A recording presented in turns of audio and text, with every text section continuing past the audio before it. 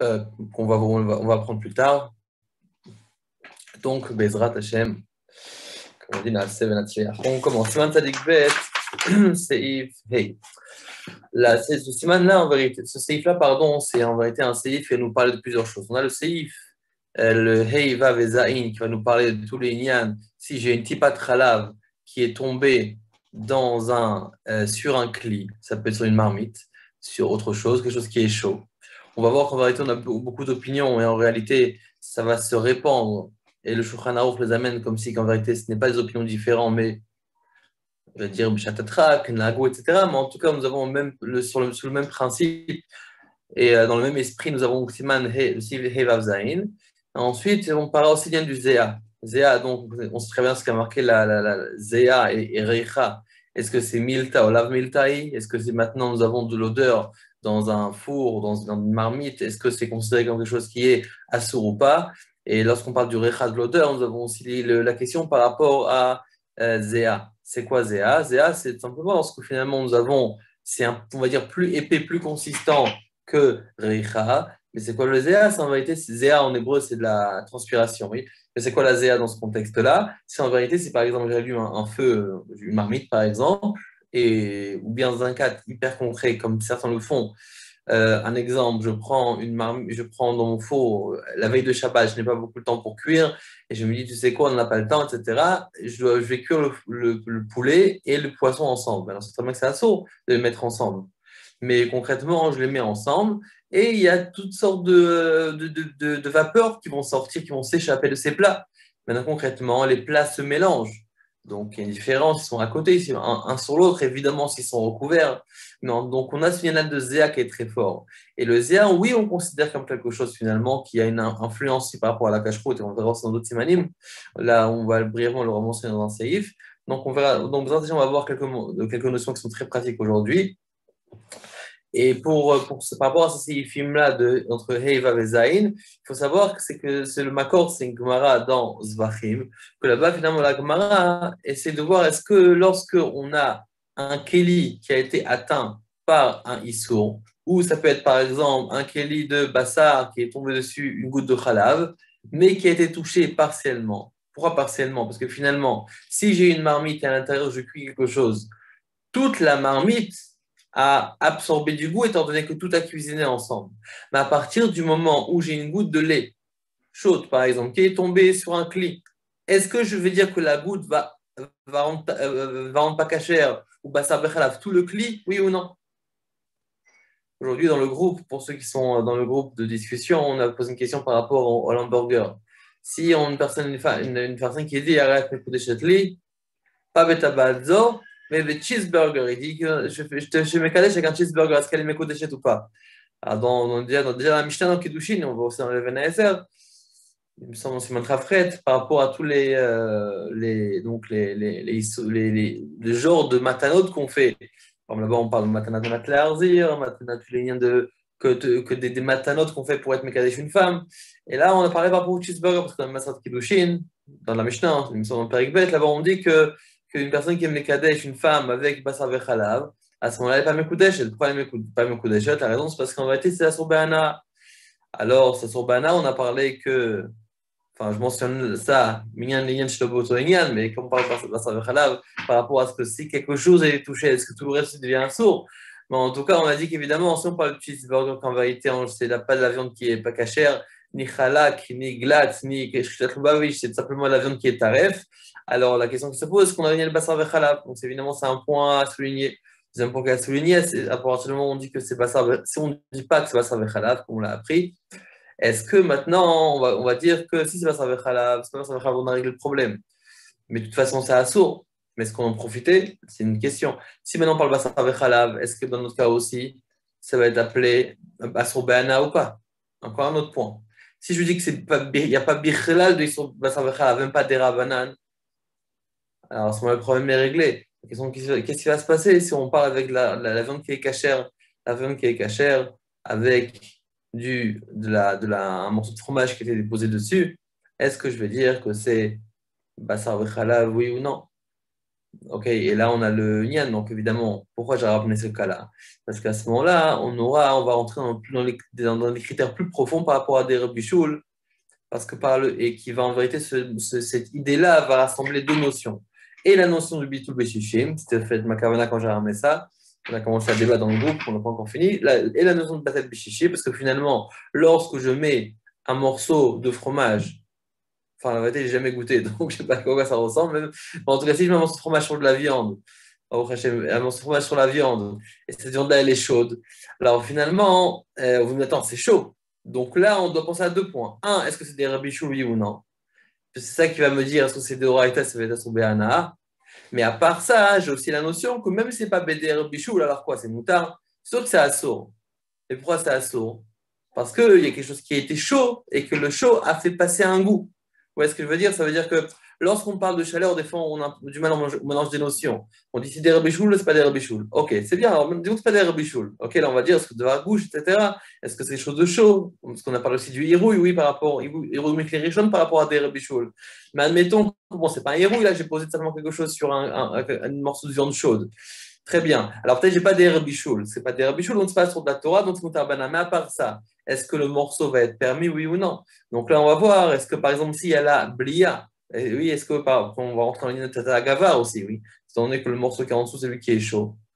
Ou est-ce que veut dire on rentre dans le maximum? Donc c'est quoi le travail? Évidemment, c'est de décortiquer le cas en infimes de parties et de essayer de mettre, de coller dessus le din qui soit. Ensuite, on fait le compte, on fait le sacracol, on fait le total. Ok, donc là, j'ai des poskim qui sont à source. Où est-ce que je veux dire? On fait comme ça, on met l'image entière. Dans la Rabbanout, en Eretz Israël, dans le Dayanou, il y a un Mifran qui s'appelle Niswa Piskedin. C'est quoi Niswa Piskedin? C'est qu'ils mettent un cas en général qui touche énormément de points dans la Dayanou, que ce soit dans la Vénézan, dans le Mishpat, et que le Mifran, c'est évidemment donner une réponse, mais ça va seulement donner une réponse, de savoir combien de points vous avez réélevé dans le problème. Moins on connaît, et plus on pense que le dîner est facile. Oui, bon, peut-être qu'on pourra en parler quand ça sera dévoilé, mais reste là, il y a un projet qui se crée et qu'on voit que les personnes qui ne connaissent pas forcément le sujet, alors ils pensent que c'est facile. Tout est facile, c'est clair. Le très très clair, c'est moutard, c'est assourd, c'est très très clair. Mais plus on apprend et plus on voit que finalement il y a beaucoup plus de cas, beaucoup plus de points à souligner, beaucoup plus de points à relever, et automatiquement, donc plus on montre des points, des problèmes ou des problèmes potentiels, et plus ça prouve que finalement on sait bien maîtriser le sujet. Et c'est évidemment le travail d'arabe de faire tout ça. Bon, pourquoi je dis ça? Parce que finalement, c'est la mienne avec ça. Là, maintenant, on a un Kelly. On a un Kelly, une personne vous dit, voilà, j'ai du lait qui s'est versé. Très bien. Alors maintenant, on dit, bon, ça a été mis de Bachel, pas des Bachel, pas des clipas. Et donc, je fais un deuxième point. Est-ce que maintenant, si je verse du lait sur un Kli, mais une partie du Kli, est-ce que tout le Kli va devenir assourd ou bien pas tout le Kli va devenir assourd? Première question. Deuxième question, à quel niveau? Parce que finalement, là, on a un kéli, mais le kéli est rempli. Il est rempli, par exemple, avec une soupe au poulet. Maintenant, évidemment, ma soupe ne monte pas jusqu'à la bord. Elle est, par exemple, on va dire, admettons, à la moitié de la hauteur du kéli. Maintenant, j'ai une goutte de lait qui est tombée sur la paroi. Si elle tombe dedans, on sait très bien, c'est bien Bichishim. Batel Beshishim, oui, c'est pas Batel Beshishim, on se rappellera ce qu'on a dit la semaine dernière par rapport à l'arbella, par rapport à Halan ou pas, mais en tout cas, si c'est directement dans la soupe, on parle de bitoul, est-ce qu'il y a bitoul ou pas? Très bien. Maintenant, si ça tombe sur la paroi du cli, si maintenant il y aura une différence qu'on verra dans ce séif, si ça tombe sur la partie qui est au niveau du vide et du keli, ça va au niveau du keli qui est rec, qui est vide, ou bien au niveau du keli où il y a la soupe. Oui. Donc, par exemple, je ne sais pas si vous allez voir ici, on va dire une soupe. Là, il y a la ligne de la soupe ici. Au-dessus, il y a un issour qui tombe en dessous. Si ça tombe en dessous, c'est au niveau de la soupe. Si ça tombe au-dessus, je suis au niveau du vide. Et on verra que c'est beaucoup plus chamour lorsque ça tombe au niveau du vide. Lorsque ça tombe au niveau de on verra dans Hachem maintenant. D'accord. En tout cas, dans les richimes, on a beaucoup d'avis. On a le SMAC, on a aussi Maram de Rothenburg, chacun a donné ses avis. D'accord. Et là, dans le Shulchan Aruch, on verra que le Shulchan Aruch, à travers le Seif Hei Vav Zayin, va nous rapporter plusieurs, en vérité, à travers plusieurs opinions. Donc, on y va.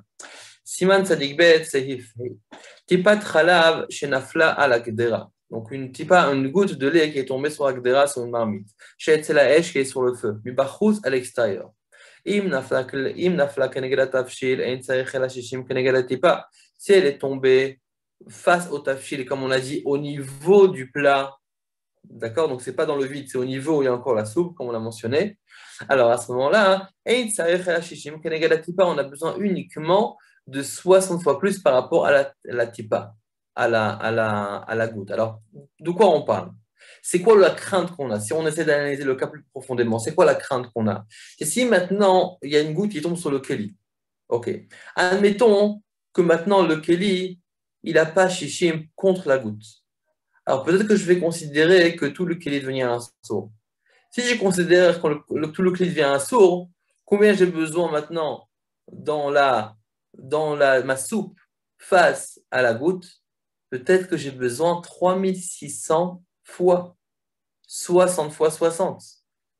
Le keli, il a besoin de 60 fois plus, mais je vais considérer que le keli entier, il est devenu pas cachère.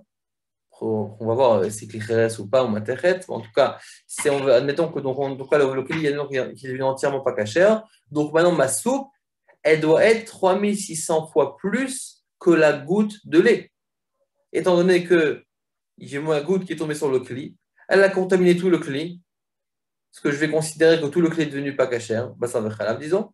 Et ensuite, ma soupe qui est à l'intérieur, elle va devoir avoir 3600 fois plus contre la goutte de lait, parce que c'est 60. Dans le keli, on cherche à avoir 60 fois la goutte de lait, et 60 fois dans la soupe face au keli, fait 60 fois 60, ça fait 3600 fois plus. Donc, est-ce qu'on va dire ça? Ou bien on va dire non. On va dire, étant donné maintenant que la goutte est tombée sur le keli et qu'à l'intérieur il y a une soupe, je vais considérer le keli comme la soupe et j'ai besoin que de 60 fois plus contre la goutte, étant donné que tout le keli, inclus la soupe, inclus le keli même, est considéré comme le plat qui va donc tout s'additionner contre la goutte de lait qui est tombée dessus. D'accord? Donc c'est ça qu'on va parler maintenant. D'accord? Donc on reprend. Tipat Khalaf Shnafla, donc je reprends depuis le début. Tipat Khalaf Shnafla al-Gdera, chez Etzel Abassar, qui est tombé donc dans la Gdera, qui est sur le Bassar. Chez la Esh, pardon, qui est sur le feu. Mais Bachouz, à l'extérieur du Kli. Et Nafla Kanegla Tafshil, si elle est tombée au niveau du Tafshil, elle n'a besoin que de 60 fois plus face à la Tipa, face à la goutte, chez Mefafat, Lifnim, qu'elle est Mefafat à l'intérieur du Kli. On verra dans Hachem, on cherche le Taz, ce qui dit le Smak par rapport à ça, qui est un Safek, donc bref, on verra dans Hachem. C'est comme Mefafat, qu'elle s'imprègne à l'intérieur. L'ifnim. Va avec ilun nafla betafshil, et c'est considéré comme si qu'elle est mefafat. Va avec ilun nafla betafshil, c'est considéré comme si qu'elle est tombée dans le plat même. Et comme elle est tombée dans le plat même, combien j'ai besoin pour faire un bitoul? J'ai besoin de chiffres de 60 fois plus, et je les ai dans ma soupe. Donc je vais considérer la goutte qui est tombée sur le kli comme si qu'elle était tombée directement dans la soupe. Et 60 fois me suffisent pour être mevatel cette goutte de lait. Très bien. D'accord, donc ça, c'est le premier cas de figure. Ok? Donc là, il faut noter cas numéro 1. On classe la cas numéro 1, c'est terminé. On passe au cas numéro 2. Si maintenant elle est tombée sur la partie face au vide, comme on a dit, j'ai je ne sais pas si vous voyez quelque chose ici, j'ai ma soupe qui est ici, elle est tombée au niveau, donc au-dessus de la soupe. D'accord? C'est la soupe est tombée au-dessus de la soupe, pas en dessous. Alors à ce moment-là, qu'est-ce qu'on va dire? Là, finalement, on n'a pas cet effet de la soupe qui va venir s'additionner parce qu'elle est tombée dans le vide. Alors qu'est-ce que je vais faire? Il me dit comme ça le Shulchan Aruch.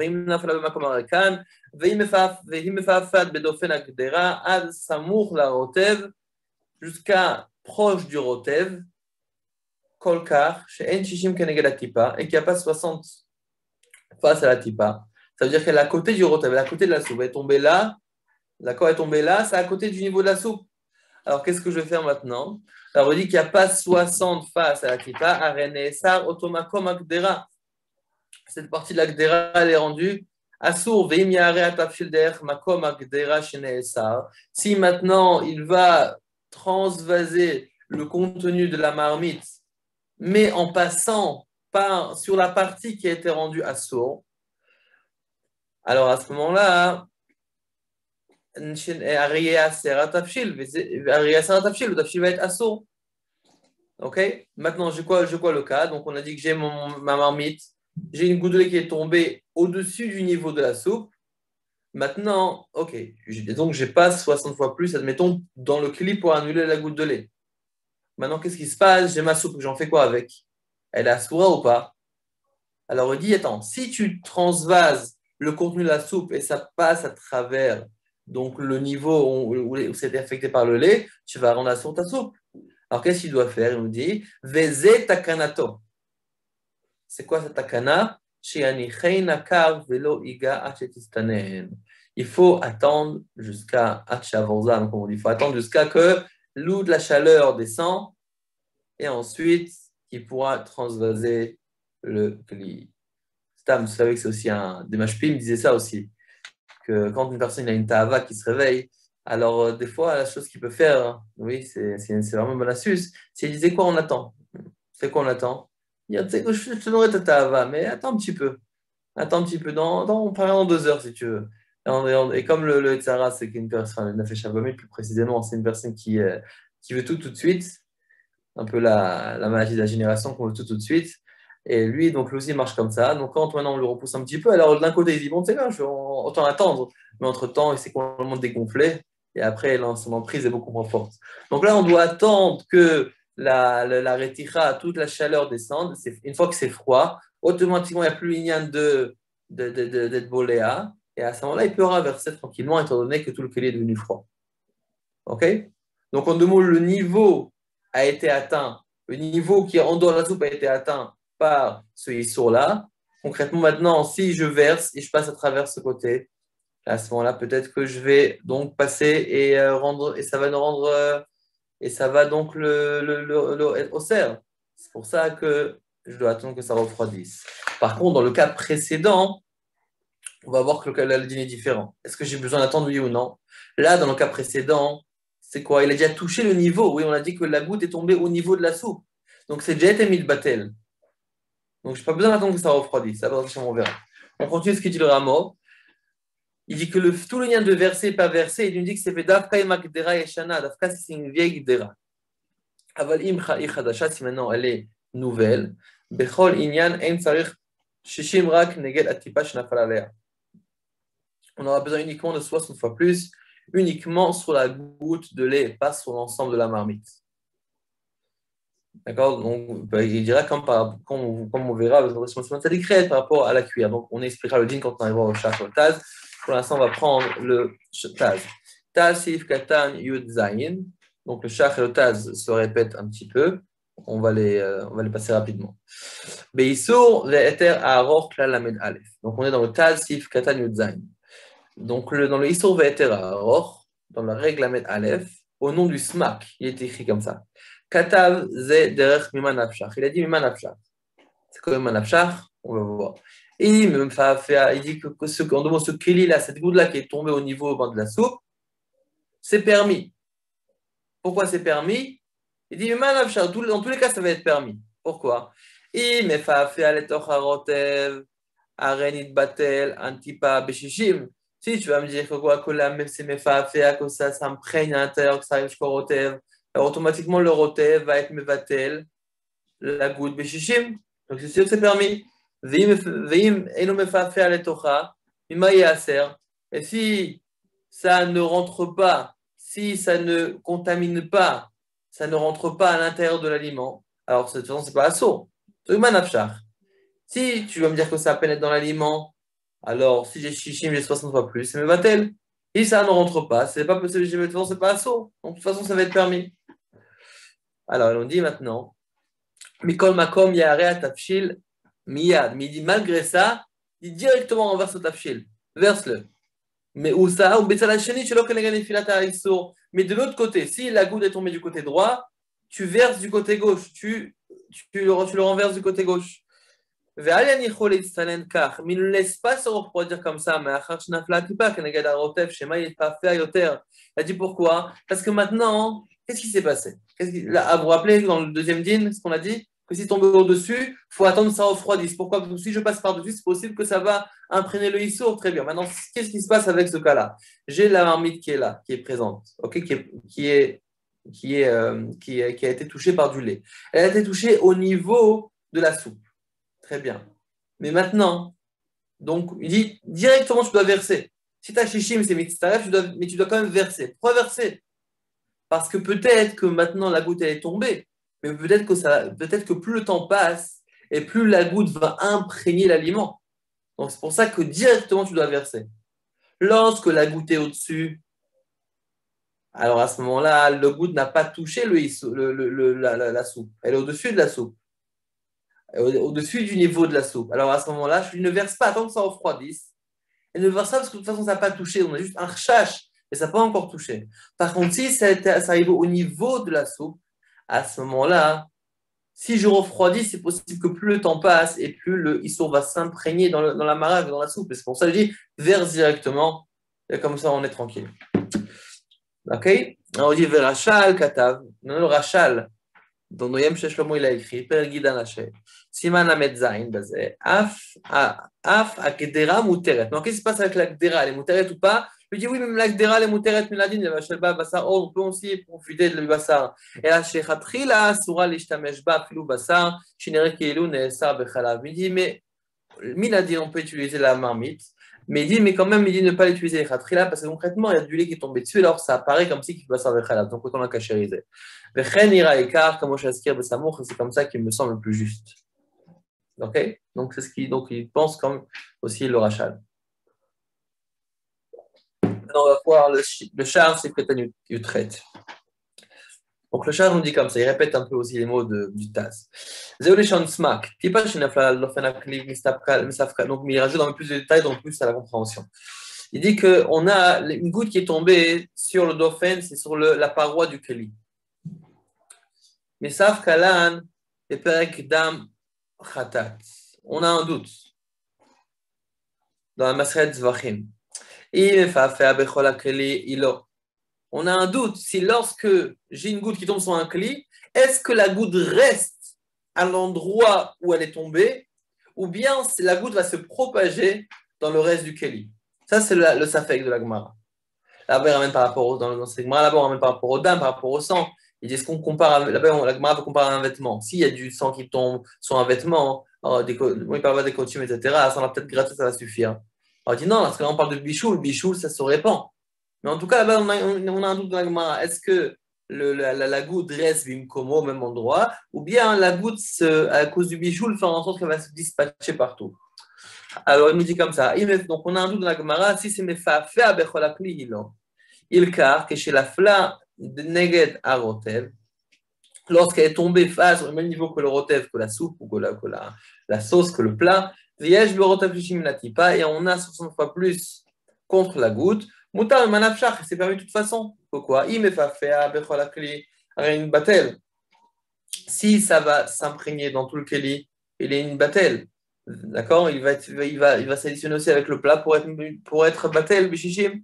Si maintenant il n'est pas mefafé, il ne pénètre pas, ça veut dire quoi? Comment il explique ça, cette phrase-là, le Bet Yosef? Klomar, enfin le char qui ramène le Bet Yosef, mais c'est le nom du Bet Yosef. Klomar, im eino mefafé bechol akli. S'il ne rentre pas en tout le kli, aza elo yesor, mishum de mistam mefafet lifnim, va avec il nafla batafshil. D'accord, donc si ça tombe sur le cli, c'est mefafé, alors le cli va être aussi mefatel. Et d'accord, c'est au niveau du tafshil. Mais si maintenant c'est pas mefafé, ça veut dire quoi? C'est pas mefafé, ça ne pénètre pas, ça veut dire ça ne pénètre pas dans tout le cli, mais ça va rentrer directement dans le tafshil. Alors le tafshil va directement mefatel le cli. Évidemment, si on a la tipat de khalav, évidemment, si on a 60 fois plus, oui, tout le temps. Aval benafla berekan, si maintenant il est tombé dans la partie qui est vide, chez Mamafafa bedofen agdera, atsamuch lerotef kokar, she'en shishim milatipa.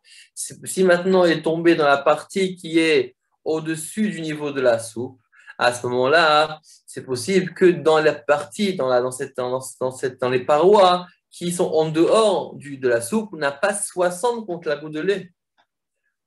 D'accord? Donc il nous dit Venasa, automique, vela, et cette partie-là devait devenir quelque chose qui n'est pas cachère. Ou il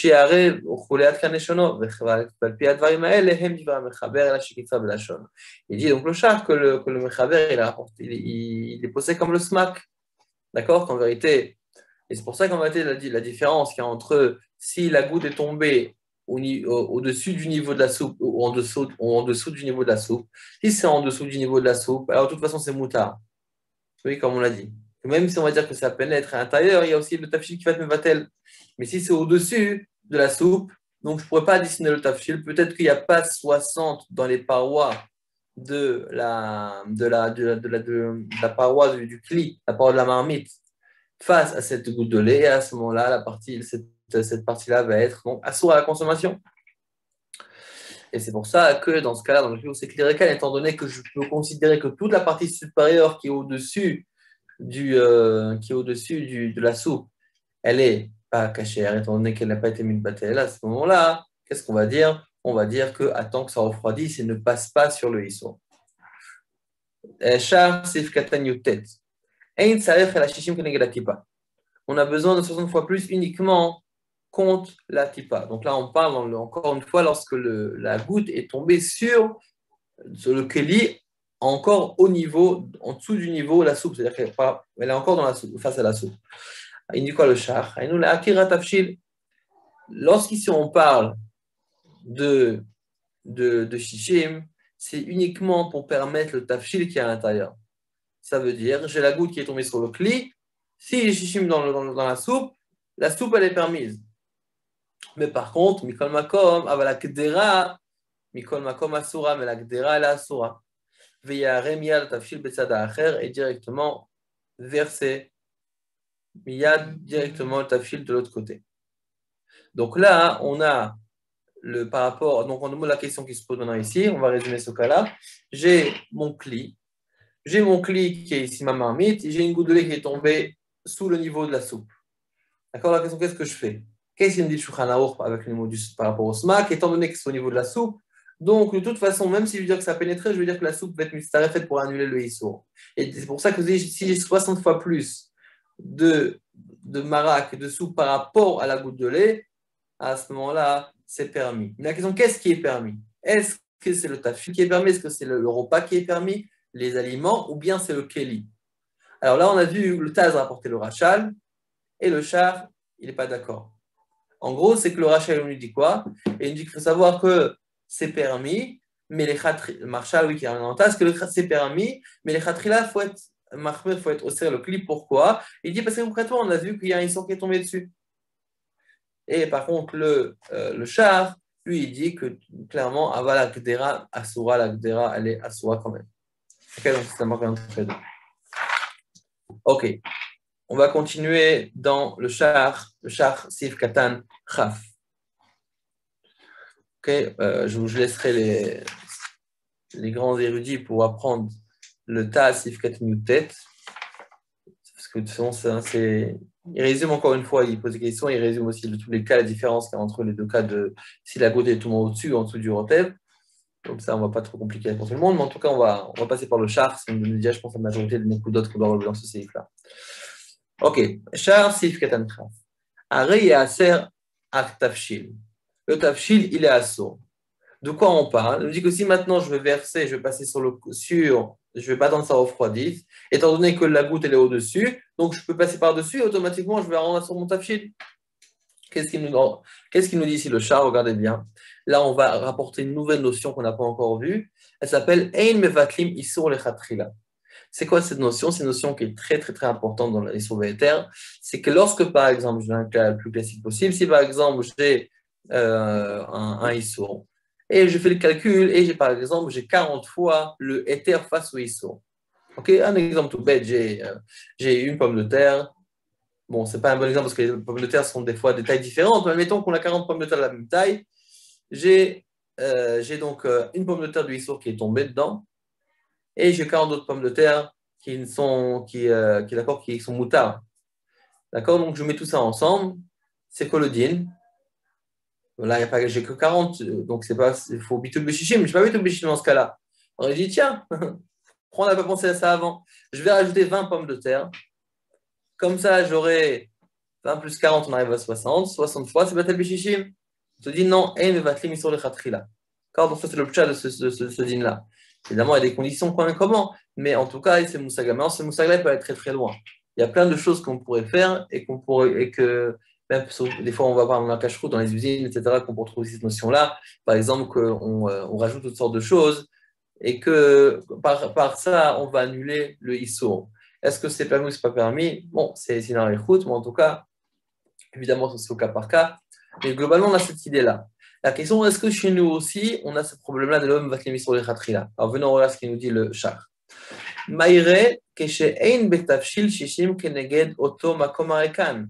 Là, on parle qu'il n'y a pas 60 dans le tafshil face au makom arekan, face à la zone qui est vide du kli. Dainu shishim pe'amim, shishim ve'echad, pachot me'at neged atipa. לפי שהטיפה אסרה עד 60, אם כן, אם הטיפה יש 61 פחות מעט. Si maintenant je dis que quoi? Je dis qu'en vérité, la goutte, elle était au cerf, le keli. Le keli, parce que c'est au-dessus du niveau de la soupe. Très bien. Donc, jusqu'à combien elle peut être au cerf? Jusqu'à 60. Admettons, j'avais 59,5 face à cette goutte-là. Maintenant, je me trouve avec ma soupe. Ma soupe, elle se retrouve face à quoi? Pas face à une goutte de lait. Elle se retrouve maintenant aussi face à une marmite qui est à sourd, pas une partie de la marmite qui est à sourd. Oui, j'espère que c'est clair. Lorsque maintenant je dis que la soupe est tombée sur la partie qui est vide, qui est au-dessus du niveau de la soupe, si c'est au sein de cette partie du cli, alors qu'est-ce que je vais dire? Je vais dire que lorsque maintenant ma soupe qui est à l'intérieur, au début elle avait entendu dans les nouvelles qu'il y avait une goutte de lait qui est tombée sur le cli. Alors on s'est dit, tiens, on va combattre une goutte de lait. Une fois maintenant que la goutte de lait est tombée sur le cli, qu'elle a été au sein du cli, maintenant, elle ne doit pas se battre contre une goutte de lait. Elle doit se battre aussi contre un cli qui a été assaut par une goutte de lait. Et si maintenant je vois que le keli, il a par exemple 59 fois et demi, pas 60, 59 fois et demi la goutte de lait, donc dans mon tafshil, mon plat, il va devoir faire face à combien? À carrément, il doit avoir 60 fois plus, 60 gouttes et demie. Pourquoi 60 gouttes et demie? Parce que dans le keli, il y avait 59 et demi fois plus de la goutte. Mais on rajoute aussi la goutte qui s'est ajoutée à ça, qui s'est additionnée. Ça fait que dans mon tafshil, il doit avoir 60 fois et quelque chose contre ce keli. OK? Alors, je répète.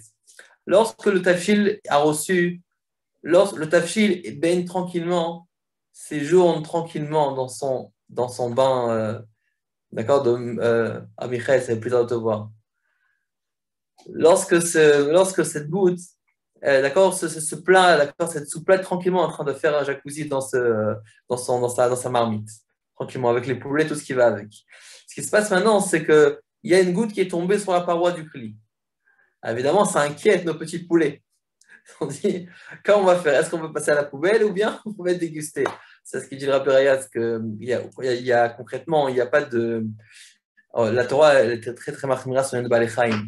On sait qu'une fois, le Rabbi Rayaz, quand il était petit, il avait tiré une branche d'arbre. Son père l'a grondé. Il dit, comment ça se fait? Comment tu peux ôter la vie d'un être qu'Akadosh Baruch Hu? C'est qu'une feuille d'arbre. Oui, mais même la feuille d'arbre, elle a une vie. Elle a aussi une shlichut sur terre, donc il ne faut pas lui retirer la vie. Alors, Isaac dit que même dans une pierre, c'est dommage, même là-bas, il y a une tzeloki qui est mechaye, une personne qui pouvait l'extraire, non, donc ça ne bouge pas. Même là-bas, il y a un niveau du nefesh qui s'habille à l'intérieur de la pierre. Dans chaque chose, il y a une vie. Mais en tout cas, donc, on a ce yana de pas, d'accord, de ne pas retirer de la vie avec même une fourmi. Il faut respecter même les fourmis, tout ce qu'on a. Si on a quelque chose qui est masique, une araignée ou quoi, c'est dans autre chose, mais c'est pas masique. À ce moment-là, il n'y a pas de raison d'accord, de stam tuer, mais en tout cas, même une vache, lorsqu'on fait la shrita, la seule raison pourquoi la Torah nous a permis de tuer, c'est vraiment on est des criminels, on tue des vaches. Mais concrètement, c'est juste pourquoi? Parce que la vache elle-même, elle veut qu'on la relève à la doucha. Donc, c'est la seule, on peut lui donner une certaine une signification dans sa vie. Et donc, on a notre petit poulet qui est en train de séjourner dans notre marmite tranquillement, et d'un coup, ils se disent qu'ils doivent faire face. Pourquoi? Parce qu'ils entendent qu'il y a une goutte de lait qui est tombée sur le cli, sur la paroi du cli. Alors au début, ils se sont dit, bon, on est assez nombreux pour faire face. Oui, on a toute la...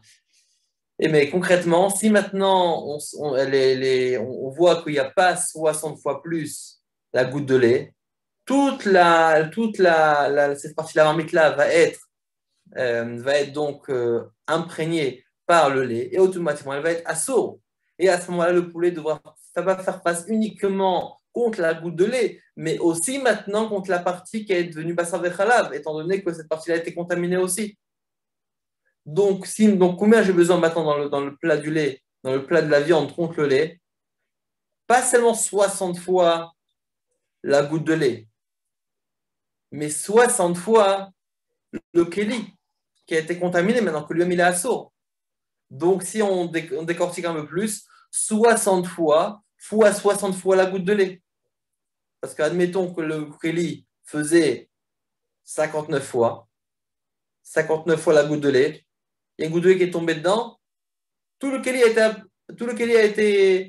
été rendu bassar de khalab. Donc le plat qui est à l'intérieur doit faire face maintenant à tout un kéli que lui-même fait 60 fois la goutte de lait. Donc c'est 60 fois 60 fois. Qu'est-ce que me dit ici le char? Que c'est impossible même, bon c'est des petits détails, 60 et quelque chose, étant donné qu'on va aussi rajouter la goutte de lait. Vous avez par exemple 59 fois la taille de la goutte de lait dans le kéli, plus la goutte de lait elle-même qui s'est rajoutée. Le contenu de la marmite doit faire face à tout ça. Et au kéli, qui n'a pas réussi à faire face à la goutte de lait, et la goutte de lait même. Donc ça peut arriver jusqu'à quoi? Jusqu'à 60,9. Si c'est 61, c'est-à-dire on dit 60, déjà 60 fois dans le kéli. 60,9, 99, 999, d'accord, par rapport au contenu dans le kéli. D'accord, donc en deux mots, ce qui veut dire, c'est le char. On va faire ça plus rapidement une fois qu'on a expliqué. Donc le char, c'est katan khaf. Donc on parle d'un cas où il n'y a pas 60 dans le tafshil, donc dans le plat, il n'y a pas 60 face à cet endroit-là qui est vide. D'accord, dans le vide du kli là-haut. Dainu, shishim pe'amim, shishim be'echad pachot, ve'echad pachot me'at. 60 fois 60 fois et 1. Ça correspond à cette goutte-là. Neged atipa, contre la goutte. Les fiches atipa, asra, at shishim, parce que l'atipa, elle a été rendue à sourd jusqu'à shishim.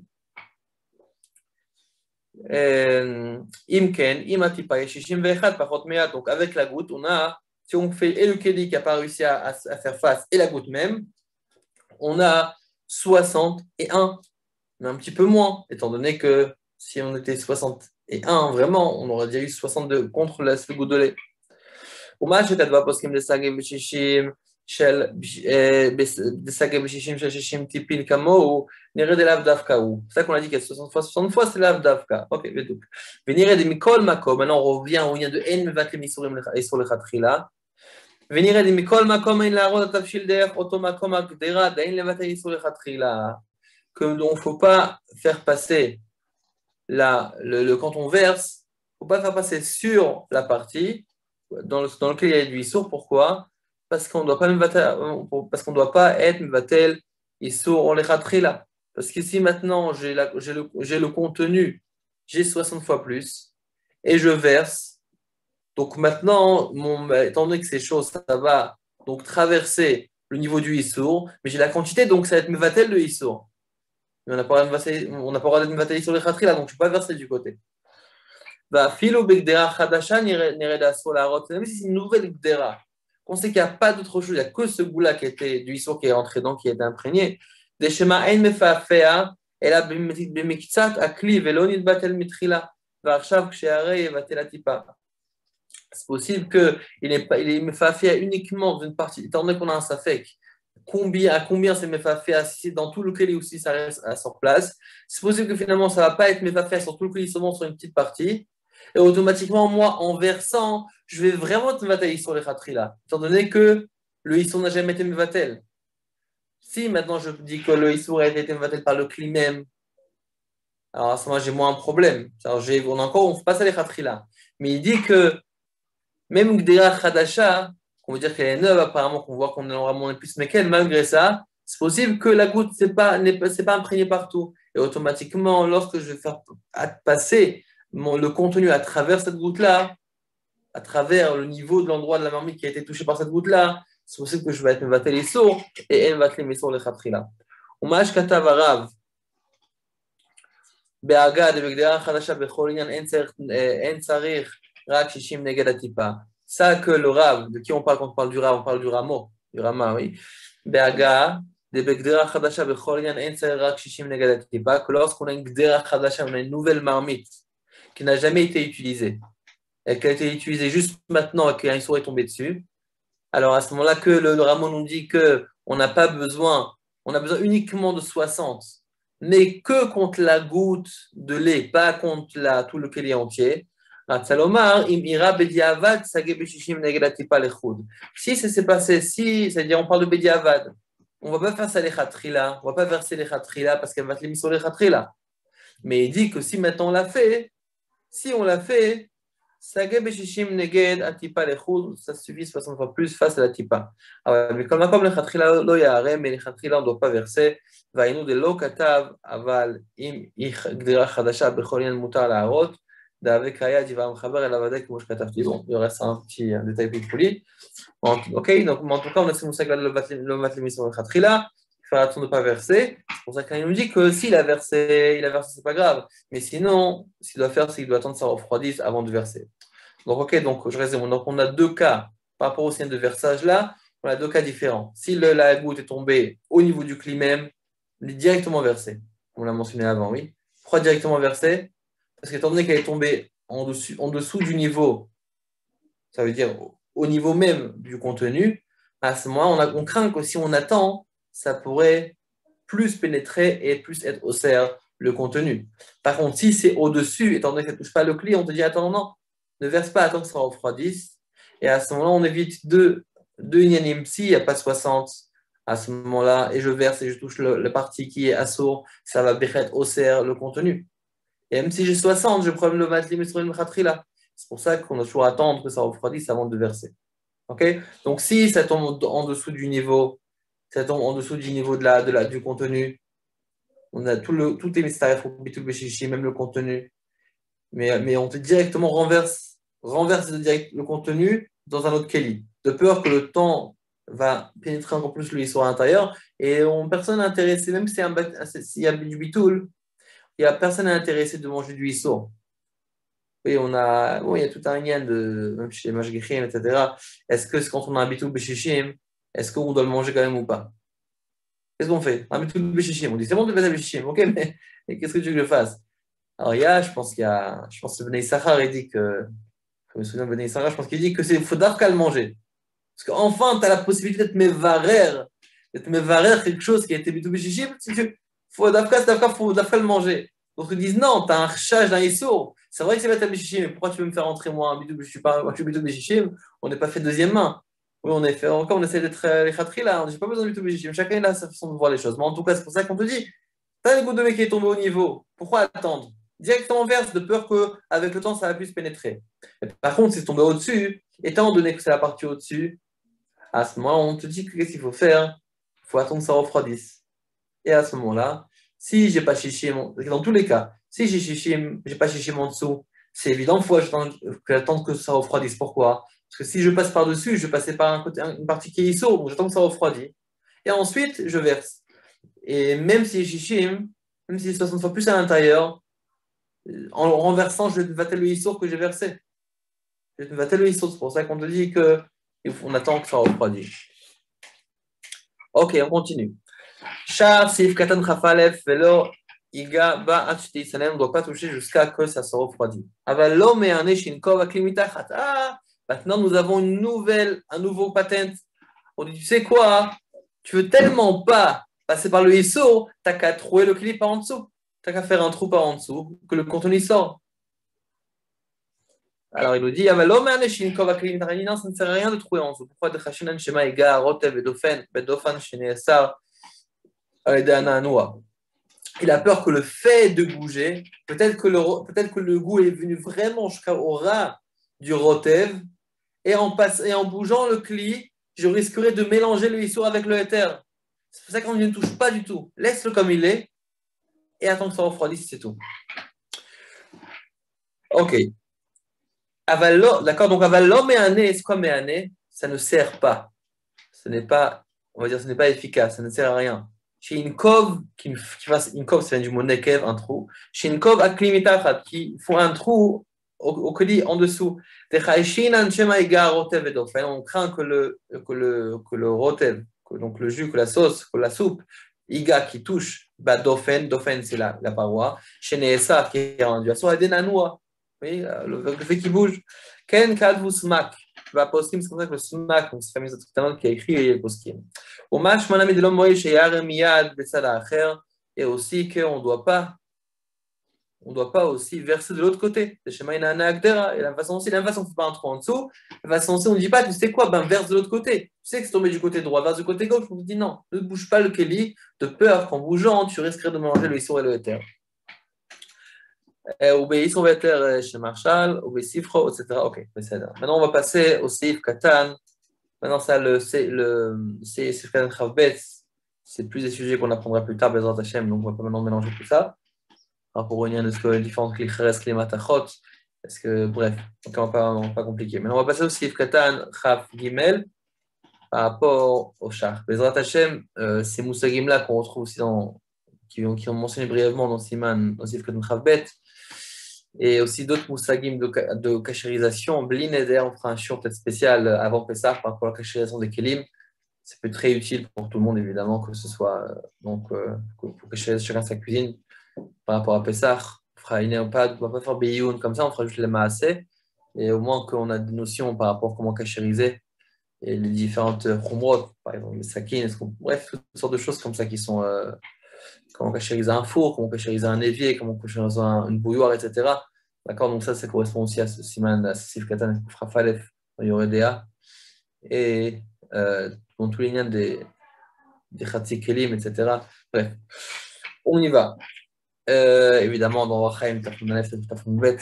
Ok, Shar Sif Katan Chaf Gimel.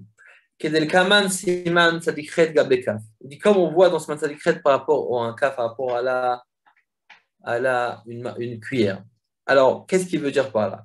Ok, regardez ce qu'il nous dit le Shar. Va faire Avdelichawa Lodamelekaf.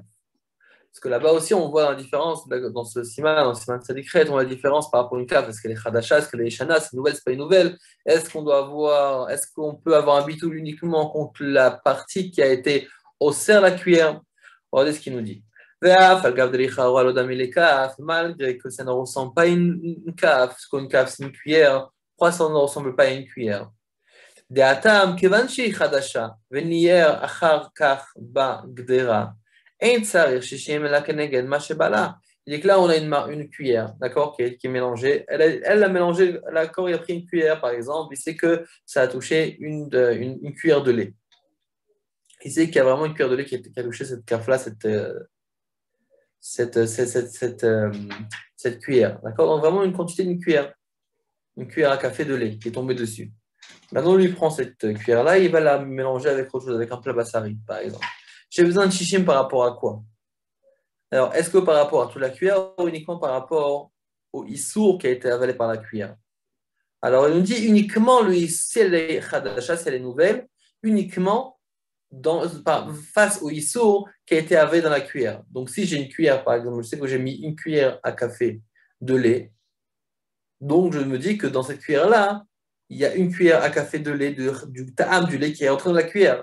Donc, quand j'ai besoin de faire shishim 60 fois plus face à cette cuillère, je ne fais pas face toute la cuillère, c'est la nouvelle. Je fais uniquement face au ta'am, au goût qui a été avalé dans la cuillère. Alors, donc d'accord, dans ce qui va. Donc, il dit la même façon aussi par rapport au kelim. Alors, qu'est-ce qu'il me pose la question? Le char, mais ça ne ressemble pas. Pourquoi ça ne ressemble pas? Parce que là-bas, nous avons une cuillère qui a absorbé du ta'am. C'est bien beau. Mais ici, on a un bichoul qui s'est fait ensemble.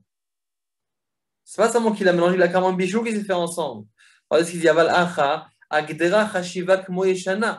est déjà considérée comme vieille. Pourquoi?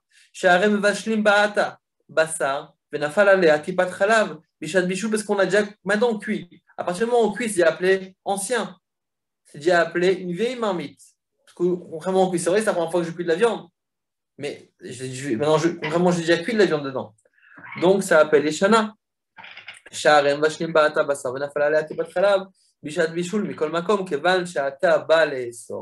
dit malgré ça, étant donné que maintenant il vient לאסור דופן הגדרה מחמת הטיפה, הקורא צריך לומר שמבישול אינו מפעפע בכל הכלי. ואם כן, peut-être que le bichoul n'est pas fait dans tout le cli, ואם כן, לא, פיאפד נמי התבשיל למעלה. ואם פיאפד למעלה, אם כן, גם הטיפה מתפשטת עד מטה. Il dit que de toute façon, comme on dit, si tu me dis maintenant que ça, peut-être que le fait que maintenant ça cuit, c'est vrai que ça cuit ensemble, et c'est vrai que maintenant j'ai une goutte qui est tombée dessus, et ça cuit maintenant, donc il y a la partie qui est tombée au-dessus du niveau du rotev, et ça cuit. On dit le fait que ça cuit, peut-être c'est considéré comme si c'est un kli yashan. On dit iman afshar. Si tu me dis que ça se propage pas partout, alors c'est pas au cerf, le tafshil. Et si tu me dis que ça se propage partout, ça se propage aussi en bas. Si ça se propage aussi en bas, le tafshil, il va être le vatel, le goût du issour. Ça, il faut décider. Si tu dis que ça se propage partout, donc le tafshil me va-t-elle. Si ça ne se propage pas partout, à ce moment-là, eh ben, de toute façon, c'est pas au cerf. Ça, c'est la première raison qu'il dit. Deuxième raison qu'il dit, il veut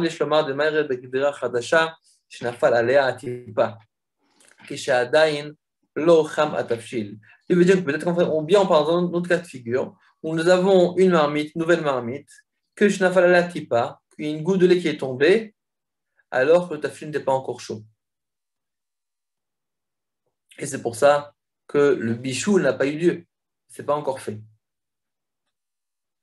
Troisièmement, inami, achar shenafla atipa, al agdera, après que la tipa est tombée sur l'agdera, shel maim do, natnu bo abasa. Peut-être qu'en vérité, il y avait de l'eau à l'intérieur. Et qu'ils ont fait bouillir tout ça, il y a la goutte qui est tombée dedans. Et c'est qu'après qu'ils ont rajouté la viande. Donc au début, finalement, c'est bouilli uniquement avec de l'eau. Et c'est après que c'est devenu bassaré. D'accord, mais c'est vrai qu'en général, il dit que si maintenant, finalement, c'est vrai que ça cuit ensemble, ça pourrait, oui, avoir un lien de mélanger qui va mélanger toute la tarouvette ensemble, qui va être considéré comme cuit, et automatiquement, ça va être considéré comme un kli hachan quand elle veut cuit. Mais d'accord, mais à partir du moment où j'ai. Mais donc, la question qui se pose, pourquoi dans ce cas on a comparé à la caf, à la cuillère? Alors que la cuillère, on peut comprendre pourquoi finalement c'est uniquement le goût qui s'est imprimé dans le kli, dans la cuillère. Par contre, dans la gdera, il y a un bichou qui s'est fait. Donc peut-être que finalement, à partir du moment où j'ai cuit une seule fois, c'est-à-dire appelé Hachan, c'est plus appelé Khadash. Il dit malgré ça, donc on a dit qu'on va dire trois avis, ou bien on va dire qu'en vérité, Human Afshar, si ça ne se répand pas, ça ne contamine pas. Si ça se répand, c'est une bataille avec le résultat tafshil, donc c'est mouta. Deuxième raison, ou bien que ça a été touché avant même que ça a commencé à chauffer.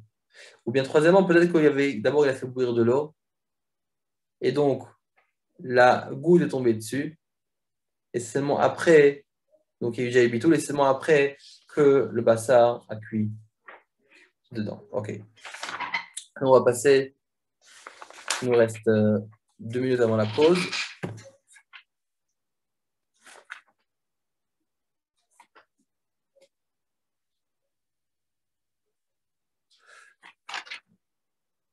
Ok, évidemment, on va lire le Mechaber, le Seif Vav.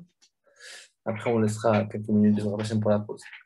Ok, Naagu Aola. Maintenant, donc, comme on l'a dit, le Seif Vav Zain, ça va être une continuité. Et nous avons plusieurs Rishonim. D'accord, donc entre eux, nous avons donc plusieurs Rishonim. Ok. Et donc, on voit que finalement, les avis sont un peu étalés sur plusieurs séifim. Donc, au début, on a le din qui nous rapporte le Mechaber, par rapport aux deux cas, si la goutte est tombée en dessous ou au-dessus. Et là, on voit que dans le séif Vav, il y a aussi un séif Zaïm, on va parler dans un cas, dans d'autres opinions et d'autres minagim, lorsque la goutte est tombée au-dessus. Est-ce que le foie, on est noeg d'être au cerf le cli? Parce que finalement, si la goutte est tombée en dessous, au niveau même du tafshil, le tafshil, il est mystérieux pour vater la tipa, la goutte de lait. Maintenant, si elle est tombée au-dessus, on a plus de difficultés, car le tafshil ne doit pas seulement être vater la goutte de lait, mais aussi vater le keli qui a été imprégné par le lait. Alors maintenant, on va voir ce qu'il dit le sif vav.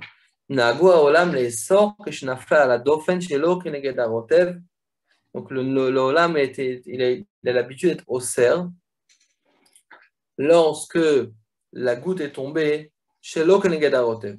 C'est-à-dire sur le cli vide, pas sur le cli au niveau du rotev. Vedafra que je n'en fais Tzad she'eino keneged ha'esh, c'est uniquement si lorsqu'il est tombé, Boto tzad she'eino keneged ha'esh, pas du côté où il y a le feu. Avadim nafal keneged ha'esh, il tombe vraiment face au feu.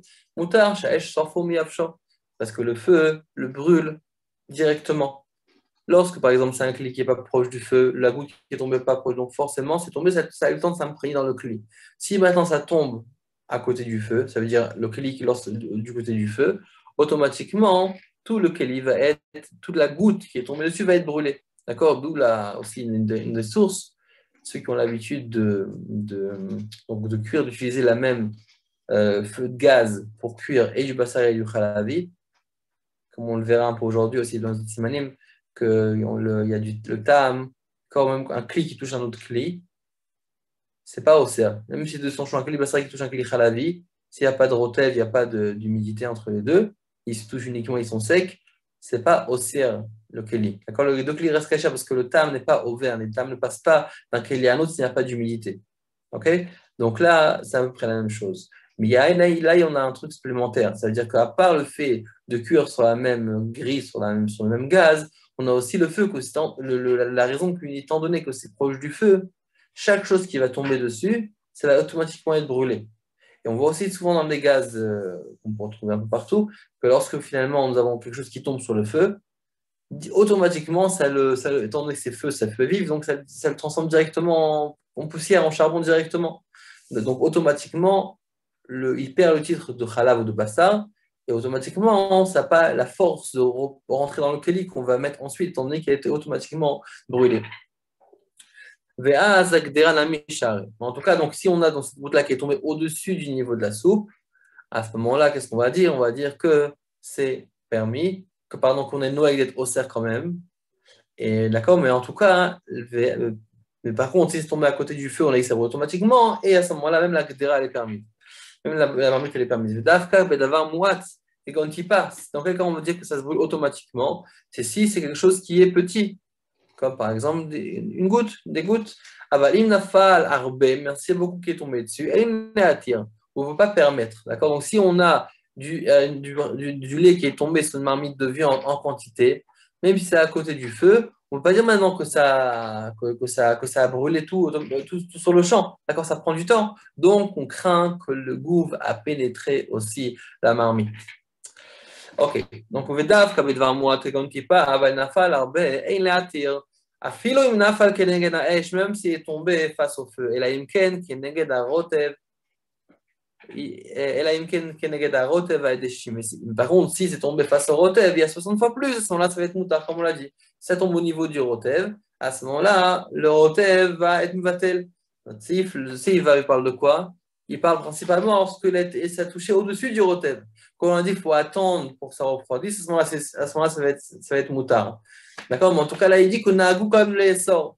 Et malgré ça, il nous dit que s'il y a une différence, si c'est tombé proche du feu ou pas proche du feu, et même si c'est tombé proche du feu, ce qui est moutard, c'est uniquement ça tombe un petit peu, mais ça tombe beaucoup. À ce moment-là, c'est pas moutard. Et donc, il continue le rameau, il dit Ve'az agdera have asura, afilu eshishim etafshin negel atipa shenafla. Et à ce moment-là, la gdera, la marmite, elle est asura, elle est interdite, même s'il y a 60 fois plus dans le tafshil contre la tipa qui est tombée. Ve'yarem yad tafshil mimenu b'tzad acher, shelo ken negel atipa, il doit directement donc transvaser. ואם בגדרה תבשיל אחר, דינו כמו פעם ראשונה, sinon on a refait cuire à ce moment-là, ça sera comme si que c'était la première fois. C'est-à-dire, ce sera le même deal. Ok. Ok, on va laisser quelques temps pour les questions. Juste 2 petites secondes, je m'absente et je reviens.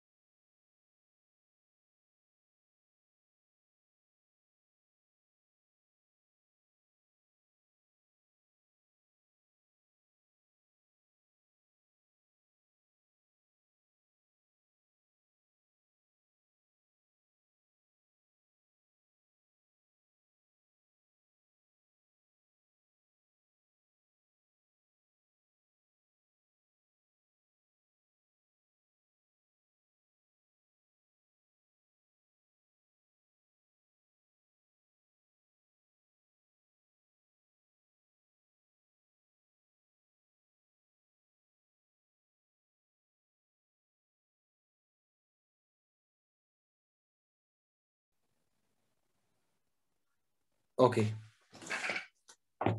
Donc, on continue avec le Seiva. Donc, le Seiva nous dit comme ça. Après qu'on a vu nous, cette Sagim-là, ce Inyan-là, ce Inyan de si la tipa est tombée sur le niveau du Klirikam, sur le niveau du côté qui est vide, on a dit que finalement, attends que ça refroidisse pour pouvoir verser. Ça, c'est un point.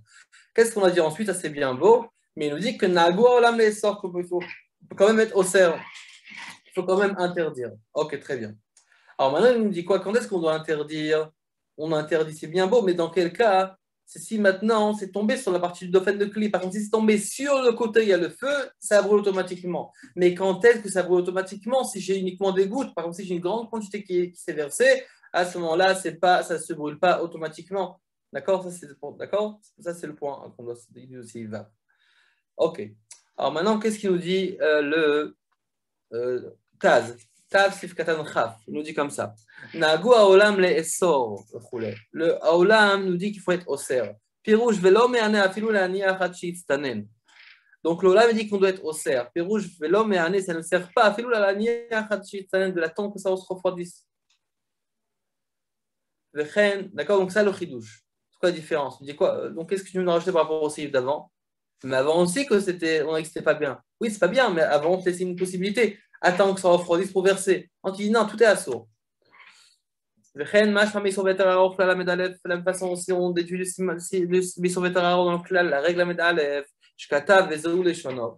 Nagu Aolam le Esor Atafshil, Afilu Imyesh Shishim Betafshil Negalatipa.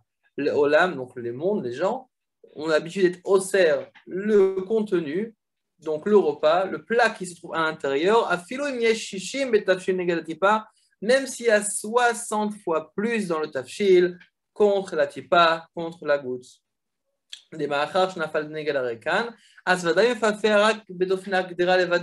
Étant donné qu'il est tombé sur la partie supérieure où il n'y avait pas de tafshil en face, donc dans la partie vide, donc c'est sûr que c'était mefafea. Ça s'est propagé. Mais propagé où? Uniquement dans le kli. Parce qu'il n'y a pas le tafshil qui est là pour l'aider, pour être mevatel, donc uniquement dans le kli.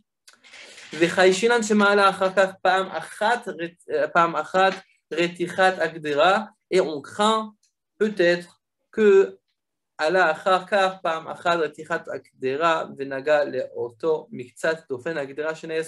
on craint peut-être que ça a bouilli ou que ça a bougé, qu'automatiquement ça a cuit avec, et c'est donc le plat aussi à absorber. Bien qu'on craint aussi que en le remuant pour pouvoir le verser, en le bougeant, ça va bourger, ça va toucher la partie qui a été contaminée et tout le plat va être contaminé. D'accord? Donc, on a cette notion-là qu'il faut faire attention que lorsque la goutte est touchée, une partie du récipient qui était en dehors du rotev, c'est beaucoup plus ramour, comme on l'a dit. Parce que, comme Mme de Rothenburg, il faut 60 fois 60. C'est 3600 fois plus que la goutte de lait. Donc, lorsque maintenant j'ai mon cli, on dit c'est vrai que tu peux attendre que ça refroidisse, ça va être moutard. Mais quand même, Aolam Nagou le sort. D'accord? Et comme on a dit pourquoi? Parce que ou bien on craint que quand c'était encore chaud, peut-être que ça a touché, peut-être que c'est un peu le contenu s'est un peu élevé avec l'ébullition et ça a touché la partie qui est contaminée du cli. Ou bien simplement, lorsqu'il a voulu verser, peut-être qu'il ne va pas attendre, donc il n'a pas entendu que c'était vraiment froid et il a. Donc c'est pour ça que c'est même que c'est pas asor d'après la halakha, Naagu Aolam le sort que dans le Olam il a été nourri des sorts. Évidemment, s'il y a 60 fois plus de shishim dans le tafil face au kli, par exemple, vous avez rempli pratiquement un rabord votre marmite. Il y a une grande marmite de chornen, de chamin, d'afina, ce que vous voulez. Il y a une toute petite partie que vous avez laissée de vide. Alors, c'est très probable qu'évidemment, vous avez carrément 60 fois plus ce dauphin du kli. OK? Donc, dans ce cas-là, il n'y aura pas de problème. Mais sinon, que je crains qu'il n'y a pas, alors à ce moment-là, j'aurais besoin vraiment d'une grande quantité. Si je ne l'ai pas, c'est pour ça qu'il nous dit qu'Aolam Nagou le sort. Ou Beprisha Mashma de Mekol Makom Yesh La'atir Afilou Lefi Aminag La'ani Achat Shetitzanen. Mais de toute façon, il faut être matir dans le Prisha. Il nous dit, on déduit, qu'on peut être matir d'après le minag même, de le laisser acheter vélo, le Prisha, il dit non, moi je pense que c'est pas tout est assourd. Si on le laisse effectivement refroidir, on pourra aussi l'utiliser. Parce que c'est assourd, c'est la rot kodem atzinon, c'est de le verser avant que ça refroidisse. והדברים ברורים כמו שכתבנו, וכן משמעות התורת חטאת, כלל נון ה', c'est comme ça aussi תורת חטאת nous dit dans le כלל נון ה'. Ok. Maintenant, on a le char, Sif Katan Chavdalet.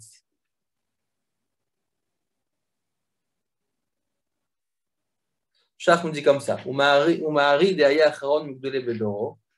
Le mari que lui c'était un des plus, on va dire des derniers et le Vegadol Bedoro qui était Acharon, donc un des derniers qui a reçu la lacha et Gadol Bedoro. Lui il a recherché tous les minagim. Katav, il a écrit des noagim la attire à des tinoun qu'on a l'habitude de matière grâce au tinoun, lorsque ça se refroidit. Donc, moi, je katoub et fait comme l'écrit en fait. D'ailleurs, lui, en deux mots, il tenait pas trop cette khumra-là du minag olam de l'Eissor. Lui, il dit que c'était un des acharonim, et malgré ça, il disait qu'il a été choker tous les minagim, et lui, il tient qu'on ne se fie pas à ce minag-là, et que si la goutte tombe sur la paroi au-dessus du rotev, à ce moment-là, eh ben, on n'a pas ce minag-là d'être au cerf, il suffit d'attendre que ça refroidisse pour pouvoir verser. Et comme ça, c'est le marshal est d'accord avec lui. Très bien. Ok, Chafei. On va prendre Shach, Sif Katan Chafei. Il me dit comme ça, Nire de Dafka begdera yeshana hu shenoagim leesor keshnafal shelo keneged harotev. C'est Dafka dans une vieille marmite. Bon, c'est quoi Yashan? Yashan, ça veut dire qu'on l'a utilisé au moins une fois. À ce moment-là, pour ceux qui ont ce minag-là d'être mahmir, c'est uniquement quand c'est une gdera yeshana, quand c'est une vieille marmite. Ou des noagim, à ce moment-là, on est noag de trop serre. Keshenafal shelo keneged harotev, lorsque ça ne tombe pas face au rotev. Mitam shkatav isur veter aror, klalamed alef din bet, comme c'est de la raison que les sur veter aror nous dit. Dechaishinan shema ala achar kach pam achat retichat agdera venaga al otomik sadofen agdera shenesra. Peut-être que la reticha, donc le fait que ça bouille, va monter au-dessus de l'agdera et ça va toucher la partie qui a été affectée par le goût du issour. Avad begdera chadasha vadaï dehim yesh betafshishim negadatipa de lo nagu issour. Par contre, lorsque c'est une gdera chadasha, c'est une nouvelle gdera, à ce moment-là, si nous avons dans le tafshil 60 fois plus face à la tipa, de lo naagu isur, de ha afilu nagabo enkan isur, que même ça, pourquoi de ha afilu nagabo enkan isur, même si ça a touché, il n'y a pas de isur. וכן אפילו בגדרה ישנה שאינה בת יומא, la façon c'est lorsqu'une gdera yeshana qui n'est pas bat yoma. Donc en deux mots, il veut nous dire que Khadasha et Eina Bat Yoma ont le même digne, que les deux sont considérés Khadasha. Et c'est quoi Bat Yoma? Comme si c'est pendant 24 heures, on l'a utilisé, on ne l'a pas utilisé à ce moment-là, c'est considéré comme ça qu'elle est Khadasha. Parce que c'est quoi la différence quand c'est une guidera Bat Yoma ou Bat Yoma, qui est aussi une grande affaire par rapport à la cache-route, quand on veut cacheriser quelque chose? C'est quoi la différence? C'est quand c'est pas Bat Yoma, à ce moment-là, ça s'appelle un Tentam Yivgam. Oui, natlap, natbanat, nachanan, natlap, parce qu'on a plein de tam nifgam. C'est quoi? C'est qu'en vérité, le ta'am, pour qu'il soit vraiment assourd, du moins, d'après les chatrela bediavad, il faut que ce soit un ta'am, on va dire, vivant, vif. Mais lorsque, par contre, j'ai un ta'am qui a été, on va dire, utilisé, qui a vieilli, qui est devenu, on va dire, de deuxième main, oui, qui a perdu un peu sa vivacité, à ce moment-là, c'est considéré un Nuten Tam Nifgam et automatiquement, il n'a plus la même force. Donc, on va parler dans Hachem si c'est les Khatrela ou Bediavad. Mais en tout cas, on est sommaire sur ce signal-là. Nuten Tam Nifgam. Pour ça, on attend 24 heures. Ça, par contre, je cachérise par exemple une cuisine et je n'ai pas utilisé 24 heures. Qu'est-ce qui se passe? J'ai du goût du issour qui sort. Très bien. Mais quel goût du issour? Un goût de quoi? Un goût vivant ou un goût. Un goût pas vivant, un goût ancien, parce que le 24 heures est déjà passé. Alors, c'est quoi l'intérêt d'avoir ça? Parce que lorsque j'ai ça, je crains aussi quand je cachérise que le goût va rentrer dans le marc. Par exemple, je cuisine un plan de travail, je cachérise un plan de travail. je vais verser maintenant mon eau chaude, ça à faire avec le fer à repasser, avec des pierres, avec tout ce que vous voulez. Vous avez votre plan de travail qui doit être cachérisé, vous cachérisez tout. J'ai du goût qui va sortir, c'est mon intérêt. Ce qui n'est pas le cas par rapport au liboun. La différence, entre parenthèses, on se perd un peu, bon, on va fermer la parenthèse. Alors, la différence entre agala et liboun, agala, c'est je fais sortir le goût du issour qui se trouve à l'intérieur de l'objet, que ce soit un plan de travail, que ce soit un ustensile. Liboun, c'est que je brûle le issour de l'intérieur. Je pars en un chalumeau, je vais brûler. Donc, je ne suis pas en train de faire sortir le issour, carrément, je le brûle de l'intérieur. C'est-à-dire, je le brûle et ça le brûle de l'intérieur. Donc, je le retire complètement et ne fait rien du tout. Donc, lorsque maintenant je fais agala, étant donné que le but de l'agala, c'est pour faire ressortir le goût du issour ou du bassar ou du khalab ou du chametz, peu importe que je vais faire avec mon acte de agala en versant l'eau bouillante, concrètement, j'ai aussi une crainte que le goût va re-rentrer. Étant donné que, d'accord, donc bon, si on ne le fait pas bien, de mettre la bonne manière. Ok, mais en tout cas, il y a un risque comme ça. C'est pour ça qu'on attend 24 heures, de manière à ce que, même si jamais il rentre, au moins c'est un time qui n'est pas goût. Et c'est pour ça qu'il y en a aussi qui rajoutent dans le produit, dans l'eau, pardon, du produit de nettoyant, de l'eau de javel ou des choses qui sont des produits forts, d'accord, pour game le tam. Comme on avait parlé par rapport au Madiar Kelim, au lave-vaisselle. Oui, plein de fois on a parlé ça dans le groupe du lave-vaisselle. Est-ce que c'est quelque chose qu'on puisse pour Khalaï Bassari? On n'est pas encore arrivé à cette souga. Mais en tout cas, on avait parlé aussi de ça, qu'il y avait le produit qui est aussi pour game le tam du passar ou du khalav. C'est un gamme, oui, on est en train d'abîmer le goût en mettant du produit. Dans certaines cacherouillottes, ils disent non, nous on ne veut pas mettre du produit dans l'eau bouillante. Pourquoi? Parce que qui nous dit que maintenant l'eau bouillante va être la même efficacité? C'est que ça peut être aussi efficace. Minyan et Inyan, on a aussi dans le Tafounbet, dans le Rachaim, est-ce qu'on peut le cachériser avec de mes pérotes, avec du jus de fruits par exemple? Bien, c'est qu'avec de l'eau. Peut-être que finalement, toute l'attribut qu'on a mis à la cachérisation, c'est uniquement avec de l'eau bouillante. À partir du moment où j'additionne un autre composant dans cette cachérisation, c'est possible qu'il n'y aura pas le même effet. Vous allez me poser la question la plus grande classique dans la cacheroute par rapport à la cachérisation. Comment on fait pour cachériser une usine de chocolat? Le chocolat, si je mets une goutte d'eau dans la machine, vous pouvez tout jeter à la poubelle. D'accord? Donc, comment on fait pour cachériser? Des fois, on a du chocolat. Essayez à la maison.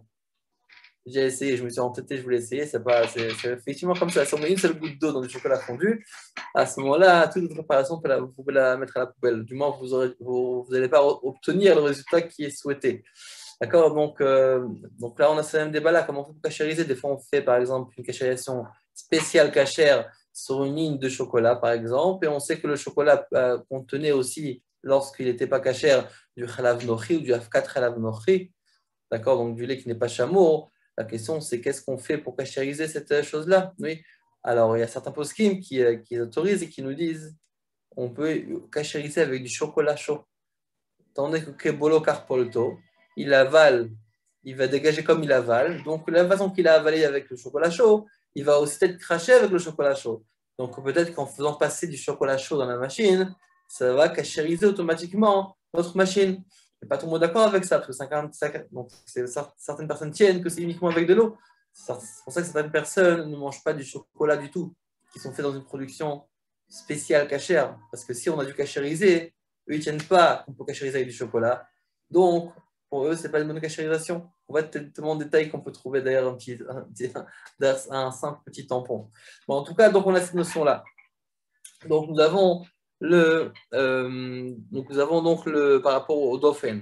On a dit qu'en vérité, le tentam nifgam. Oui, donc on a les 24 heures qui sont passées quand c'est benyoma, pas benyoma. D'accord, donc en deux mots, il nous dit que le kli chadash kli yashan, c'est une yann-là, on peut le retrouver par rapport aussi à Benyomolo Benyomo. Quand c'est pas Benyomolo, 24 heures sont passées, le ta'am il est pas goum et ça va être considéré comme un kli chadash, comme un nouveau kli.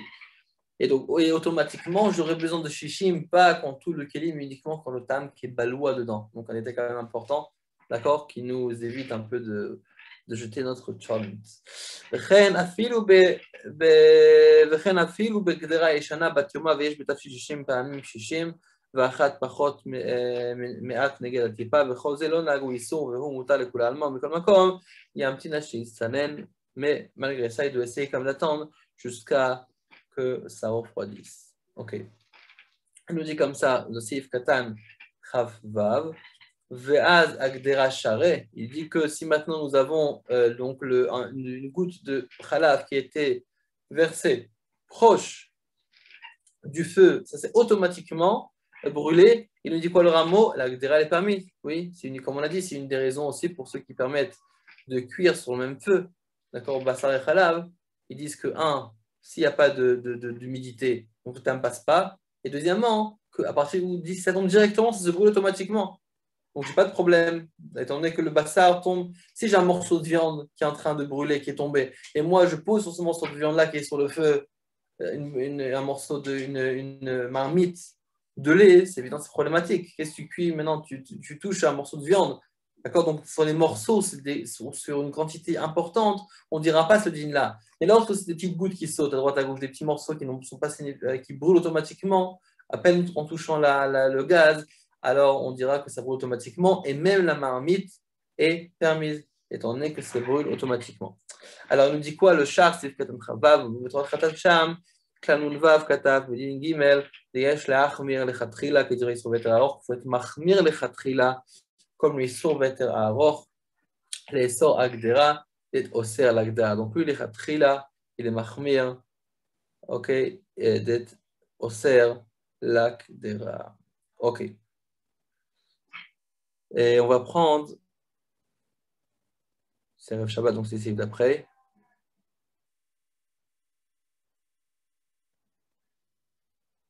Ok, Taz Sif Katan Chaf Aleph. Ceux qui entendent dans le fond de ambiance de fond, on a une pharmacienne à côté de. Si vous entendez des petites nigounim, c'est à celle d'à côté. Ok. On y va dans Stas Sif Katan Chaf Aleph. Pirouche. Vodeinu Omed c'est la Esh.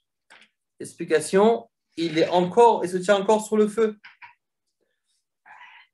Avalachar chez Silko, mais une fois qu'il a retiré, Afalpi chez Uroteach, Adain, Mikol Makom, Eino Soref Umiabesh. Même qu'il est encore chaud, il faut quand même il n'a pas la capacité de brûler et d'assécher.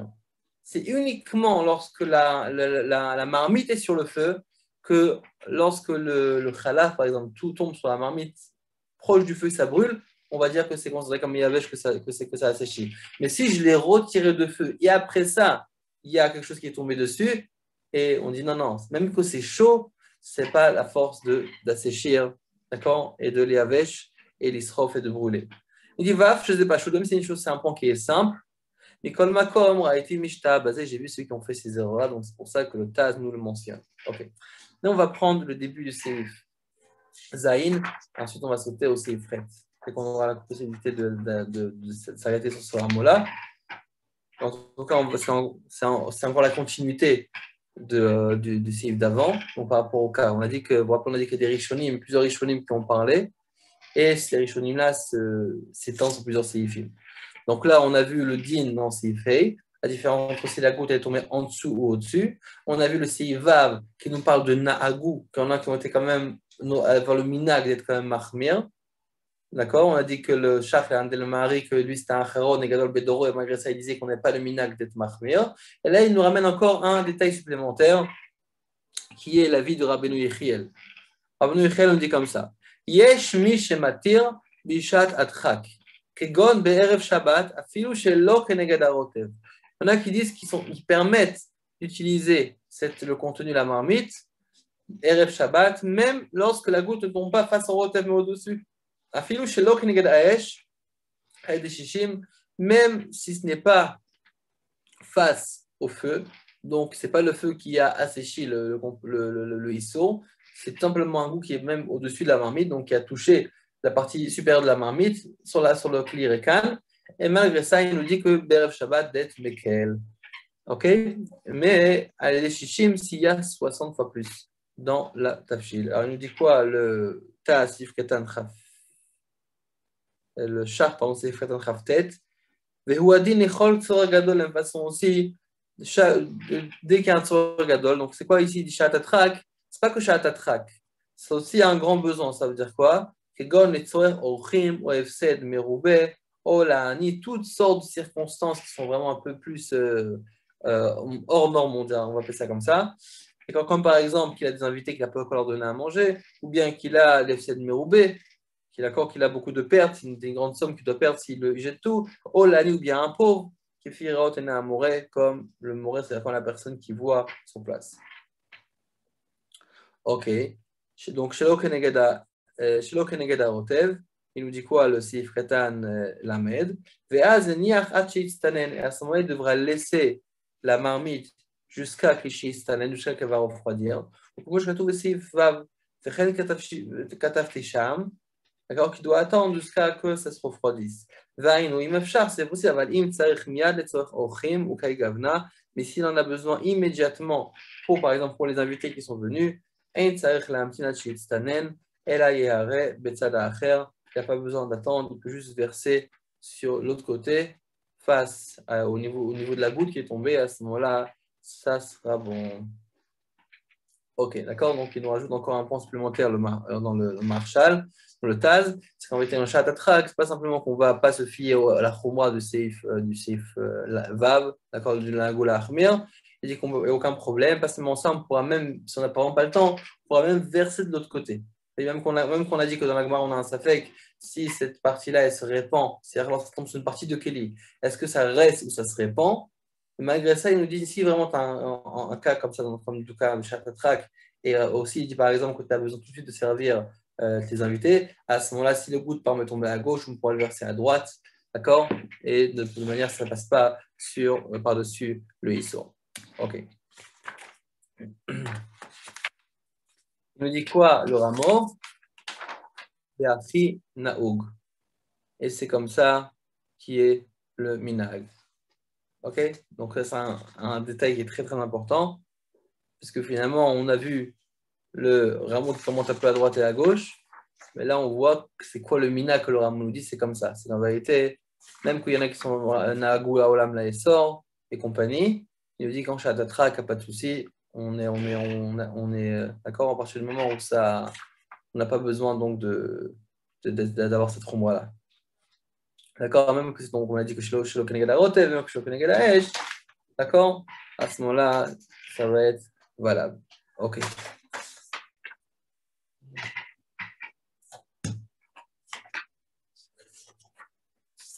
Une seconde.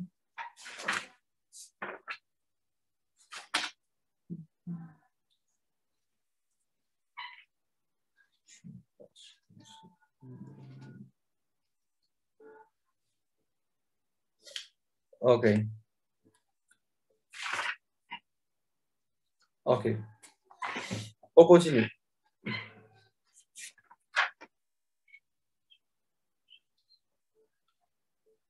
Ok, venez, on a un peu de temps. Juste, si on a le temps, on reviendra un petit peu. Juste, venez, on lit le sif Chet et tête. C'est important pour avoir un peu l'image complète. Sif Chet. Machavat shel chalav shenatnu bekira tachat gdera shel basar. Shchanor nous dit comme ça.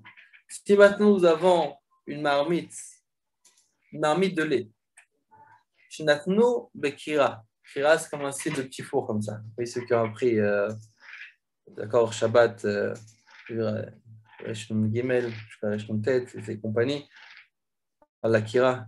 Donc nous avons comme ceci le petit four qu'on avait à l'époque. On met à l'intérieur deux genres de style de marmite. On met une marmite de Khalav et par-dessus une marmite de Bassar. C'est quoi le problème? On va dire qu'il n'y a aucun problème. On a deux marmites, cuites dans deux récipients différents.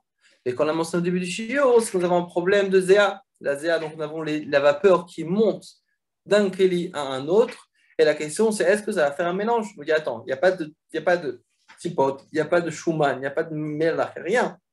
On dit oui, il y a un nouveau concept qui s'appelle la Zéa. C'est quoi? Ça va être la vapeur qui va monter par-dessus et qui va, si on veut, contaminer le plat qui est au-dessus.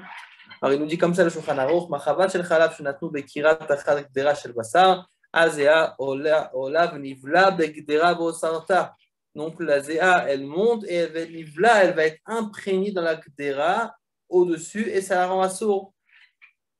Imaya chalav b'machavat, évidemment, on ne parle pas maintenant d'un kli qui est chalavi, on parle d'un kli dans lequel bout maintenant du lait. D'accord? Par exemple, je fais des pâtes au fromage et par-dessus, je mets un poulet. À ce moment-là, donc, j'ai du vrai fromage, la vapeur en monte. Bon, les pâtes, on ne le fait pas au four, bon, admettons. D'accord, j'ai un gratin, on va dire. D'accord, j'ai mon fromage par-dessus, j'ai de la zéa qui va sortir et qui va donc monter et qui va toucher par l'intermédiaire des dîmes, donc de la vapeur, qui va toucher aussi le plat supérieur dans lequel il y a de la viande. On a besoin de 60 fois plus dans le tafshil qui est dans la gdera, contre le chalav contre le chalav qui se trouve dans la poêle.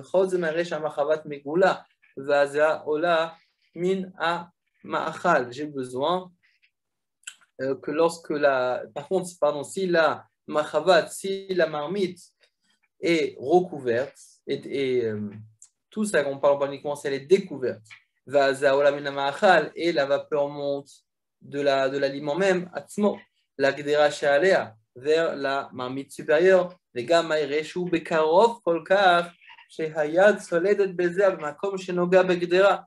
Ça veut dire que donc il y a deux conditions pour que ça rende assourd pour qu'on ait besoin de shishim dans le plat supérieur. C'est quoi les deux conditions? Première condition, c'est qu'il faut que déjà que la marmite soit dévoilée. Si elle est recouverte, d'accord? C'est de quoi? C'est recouverte à ce moment-là, forcément pas de zéa. Par exemple, vous mettez un morceau d'aluminium par-dessus. Ne me posez pas la question, est-ce que j'ai le droit maintenant de cuire Bassa Becharav en même temps? Le four, c'est recouvert. Ok, il y a d'autres simanis pour ça. Oui, dans les tzadikim, on va voir ça. Dans ces lignes-là. Voilà, on ne va pas dire ce qu'il ne pas trop parler. On laissera ça pour les coulottes pour quelques simanim. En tout cas, donc nous avons les. Non, mais il y en a qui font ça. Il y en a qui font ça, ça me recouvre et qui font passer l'histoire. Bon. En tout cas, non, mais ce qui est nafkamina vraiment, c'est par rapport à Shabbat, ou vraiment un rêve Shabbat tout simple où je vais mettre du poisson et de la viande. C'est deux choses qui sont vraiment chamera sakatami. Soit on a un mélange du poisson et de la viande qui est même plus chamour que du lait et de la viande, parce que c'est sakana.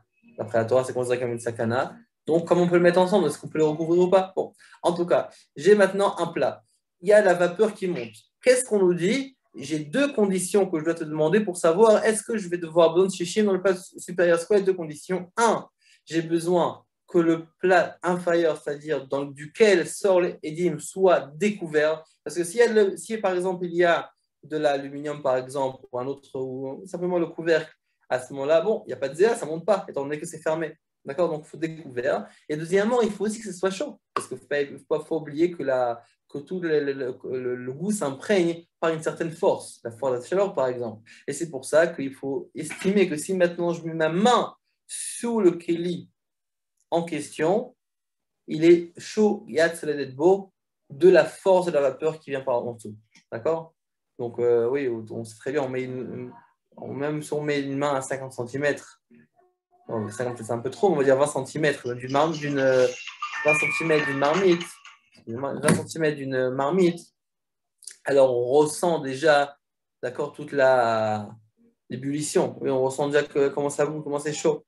D'accord, donc si maintenant c'est à cette distance-là, de manière à ce que dans le cli qui est supérieur, on va ressentir la chaleur, des prénadiat beau comme on l'a rapporté, qu'on a plusieurs chitotes, oui, les plus répandus, c'est entre 40 degrés et 46 degrés, à peu près.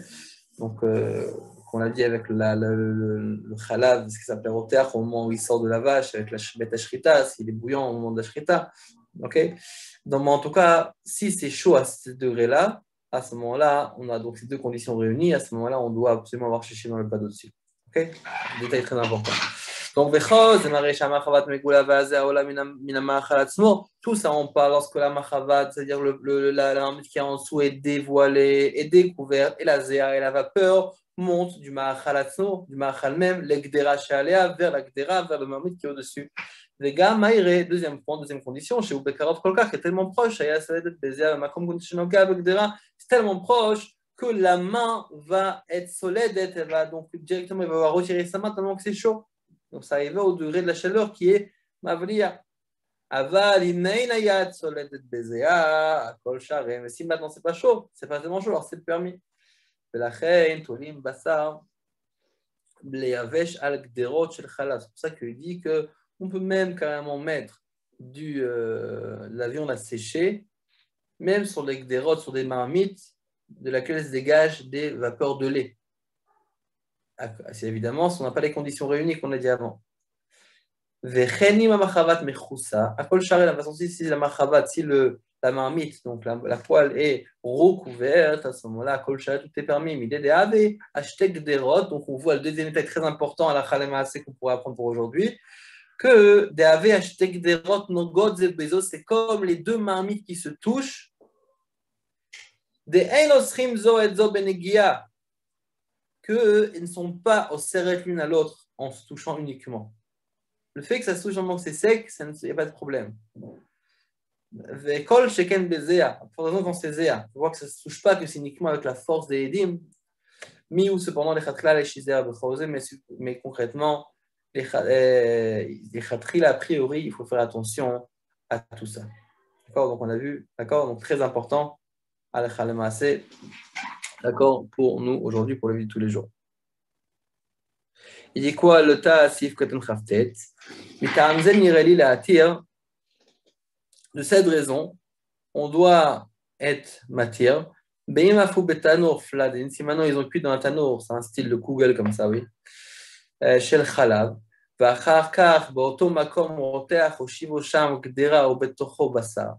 D'accord, donc ils ont cuit quelque chose qui est du chalav, un plat chalavi. Et beoto makom roteach, et ou bien dans notre langage à nous, sur le même gaz, ils ont mis une gdera basarit. Donc là, vous voyez, on retrouve les notions à la chalema assez. Ils ont pris une gdera chalavit, ils ont cuit ce qu'ils devaient cuire. Après, ils ont retiré, ils ont mis une gdera basarit dessus, au même endroit. Dechol she'ein chalav be'en makom haru betano, avec gdera shel chalav, ou shte gderot lo asre adade. Tout le temps que ce n'est pas be'en, que le bassin n'est pas be'en, à ce moment-là, qu'il n'est pas visible, qu'il n'est pas présent, c'est uniquement considéré comme si c'était deux gderot qui se touchent. Donc ça rejoint exactement ce qu'on a dit avant. Je veux cuisiner sur le même gaz.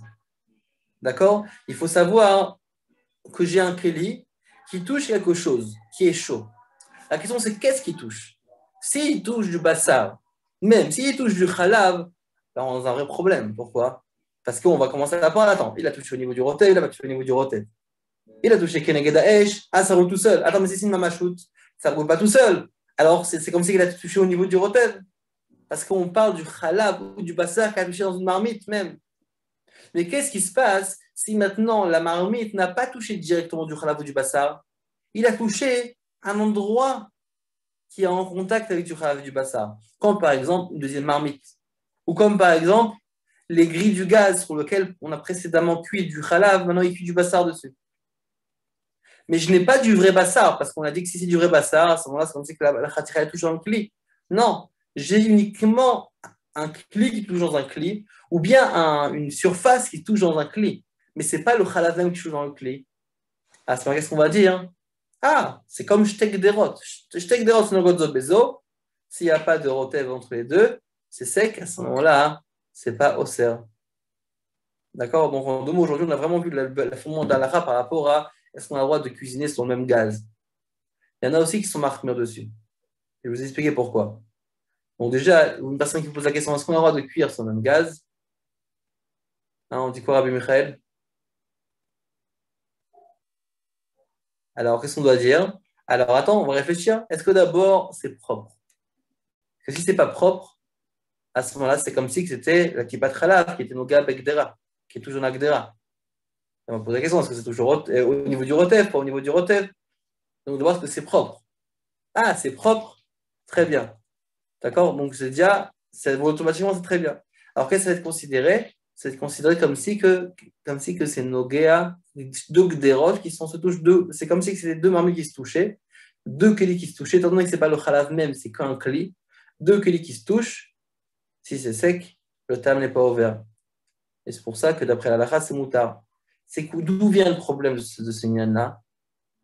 C'est parce que, comme on l'a vu dans Seivav, dans quel cas on parle que oui, c'est considéré comme ça, que ça se brûle automatiquement, c'est pas comme du khalav, c'est uniquement quand il y a quelques gouttes. Mais si maintenant, c'est des gens pas très propres, bien que bon, il y a une grande quantité qui s'est versée, à ce moment-là, on voit des fois des morceaux qui sont entiers. On peut voir du moins des morceaux, par exemple, un morceau de poulet qui est tombé. D'accord, c'est un petit peu brûlé, peut-être une partie du poulet s'est brûlée, une partie n'est pas vraiment brûlée. Et après, par-dessus, il va mettre sa marmite. Attends, mais là, tu as vraiment de la viande qui n'a pas été tellement brûlée, qui va toucher la marmite de Khalavi. D'accord? Donc, on a deux points. Un point, ça ne touche pas directement, et forcément, pour savoir que ça ne touche pas directement, il faut voir que ce soit propre.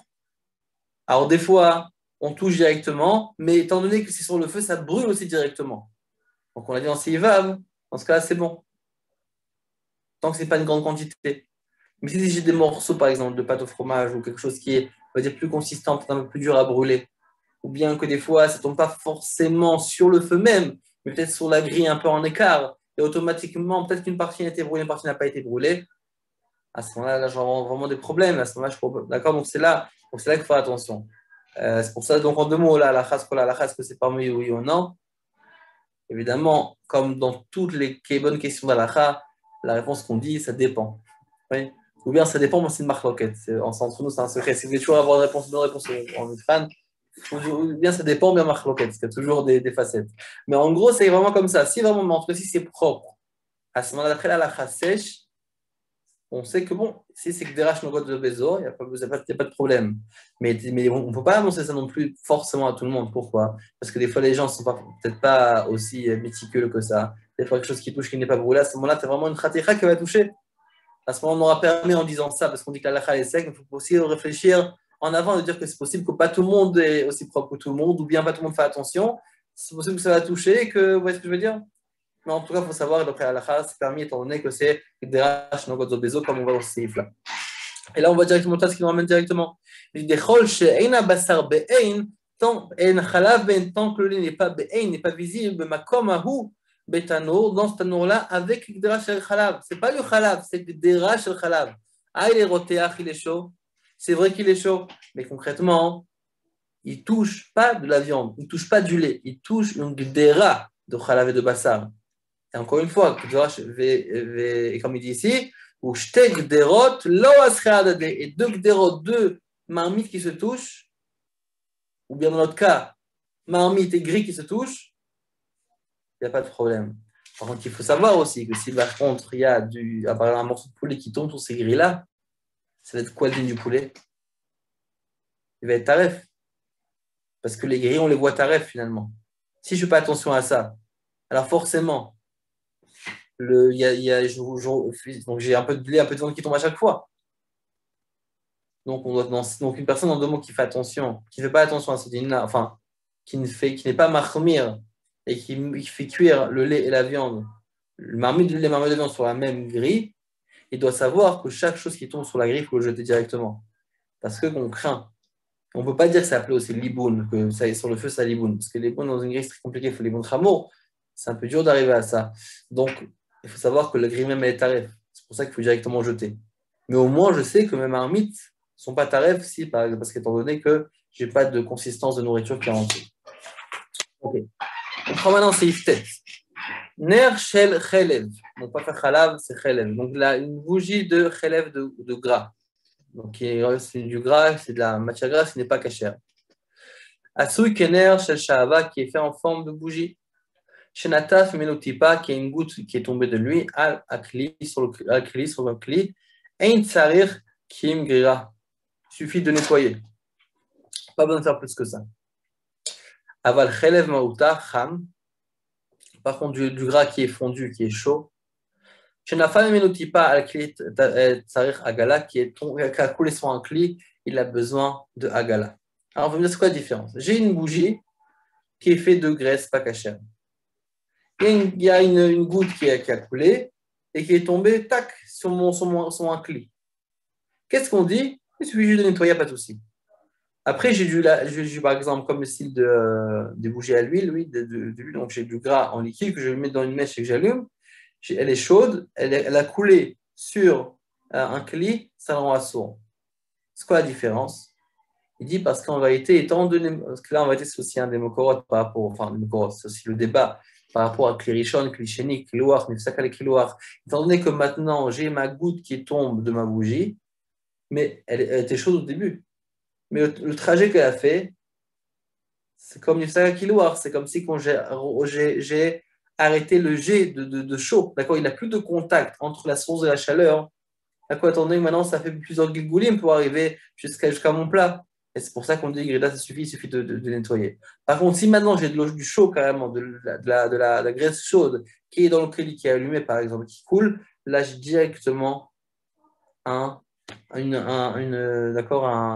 des gouttes de graisse bouillante finalement qui est tombée sur mon clic caché. À ce moment-là, je vais en agala. Regardez ce qu'il dit le char, c'est peut-être un traite. Pirouche, ner, shikurim, groizel. Chez Hu Dolek Mechelev Maoutar. Donc, c'est une lanterne comme ça qui est allumée, qui brûle avec du khelev de la graisse qui est fondue, qui est liquide. D'Aver Oteach Mechamataour, qui est bouillant à cause de quoi Or? Il y a Or, c'est la lumière, et Or, c'est le feu. Mechamataour, à cause du feu.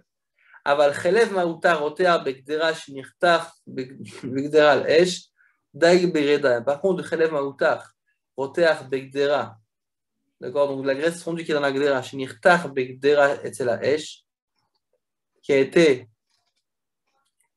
donc cuit et fondu, cuit dans le Gdera à côté du feu. Dai Begdera, il suffit aussi de nettoyer. Pourquoi de l'eau Hashif Girouille, Kevan de Pasek Akilouar, d'accord, que c'est le même principe. Si par exemple ça s'est versé, ça a directement touché mon récipient cachère, ou bien que ça a été versé, il rouille, et que nifsak akiloar. Et il y avait une interruption dans le jet, d'accord, entre la source du feu et l'arrivée sur le kali. À ce moment-là, étant donné que c'est nifsak akiloar, daï bigrida, il suffit de gratter. Ok.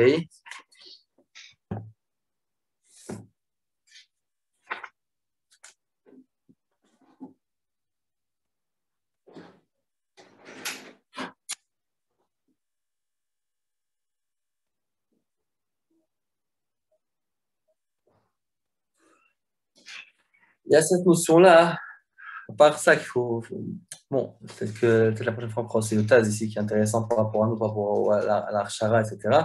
C'est qu'il y a cette notion-là que lorsque finalement, on va dire, il y a une différence aussi qu'on ne va pas en parler aujourd'hui, parce qu'on va prendre le Taz peut-être la prochaine fois, c'est que si j'ai quelque chose qui brûle sur le feu et qui se verse du makor du feu, c'est-à-dire finalement j'ai comme quelque chose qui boue, une bouilloire qui boue, et je verse, mais ça la kiloire. C'est un niveau. Si par exemple il n'est pas sur le feu, par exemple j'ai pris une marmite et je l'ai retirée du feu, donc elle n'est plus sur le feu, elle n'est plus c'est peut-être clairichonne, mais elle n'est pas sur le feu, et que je verse Nixaya Kiloir, c'est un autre standard, c'est un autre niveau. Étant donné que dans le premier cas, elle est oui sur le feu, donc je trouve clairichonne et en même temps je verse, c'est ça que des fois lorsqu'on fait une cachérisation, ce qui est important de faire, c'est que l'on Nixaya Kiloir, parce qu'on tient que il faut absolument faire tout en sorte que ça soit vraiment attaché au clairichon. En principe, quand je cachérise par exemple une fourchette, des couverts, une marmite ou quoi, je peux faire, c'est que je peux prendre une énorme marmite, faire bouillir, bon évidemment après l'avoir cachérisé, je fais bouillir de l'eau et ensuite je trempe mes ustensiles dedans. Mais qu'est-ce que je fais si par exemple j'ai tout un plan de travail à cachériser? Je ne peux pas mettre toute ma cuisine dans la marmite. Alors qu'est-ce que je fais? Je prends de l'eau chaude et je verse dessus. Mais il faut que ça soit aussi avec de la même force, d'accord, aussi fort. Lorsque j'ai une marmite qui est sur le feu, c'est très fort. Mais lorsque je verse de l'eau chaude, ce n'est pas aussi fort. Alors c'est pour ça que c'est important de faire attention que l'eau continue à bouillir. Et comment on peut faire? On prenait une bouilloire. Vous pouvez la laisser brancher à la partie d'accord, la partie d'électricité. Et ensuite, quand vous versez, ça veut dire qu'en réalité, c'est encore du kérigène qui bout, et en le versant, vous avez un kilouar, D'accord? On sait que l'onifsa qui s'interrompt pas, qui est directement, qui verse de du cli, sans être versé, mais qui vient du cli rishon chez Al-Gablesh qui est sur le feu. À ce moment, c'est beaucoup plus fort. D'accord? Donc, on a ce lien, ce ner maoutar, nechelev maoutar. Donc, cette bougie-là qui est faite à base. Si c'était quelque chose qui a été chauffé et qui a été versé ensuite, à ce moment-là, l'onifsa avec l'or, c'est un problème. C'est bon un problème, et grida, ça suffit étant donné que c'est l'onifsa qui loir. Par contre, si c'est quelque chose qui est tombé directement du feu, c'est-à-dire de la graisse qui a été chauffée directement maintenant sur le feu qui est tombé, à ce moment-là, ça vient de la force du feu. Et c'est pour ça que j'ai besoin de faire la gala, d'accord, de faire une cachérisation. Donc c'est fini le cours pour aujourd'hui, juste pour vous dire que Bezrat Hashem, à part les shiurim de ces dimanches-là, donc évidemment, Baruch Hashem, on avance globalement assez bien. Il faut savoir que c'est des simanim qui sont maintenant très importants et qui paraissent compliqués. Et plus on révise, et moins c'est compliqué. Et plus on révise, et plus ça va aussi faciliter pour la suite. En tout cas, on a bientôt fini avec ce genre de simanim-là, qui vont être un peu plus compliqués. On va vous attacher bientôt, vous allez voir, ça va aller un peu plus vite. Mais en tout cas, il faut bien investir. Et ceux qui peuvent commencer aussi à faire une révision depuis le début aussi, parallèlement, ça serait très bien. Parce que je pense qu'on avance pas mal déjà à la rencontre du Mifran de Bassar Vechalav, qui va être fait avec des rabbinim qui vont interroger.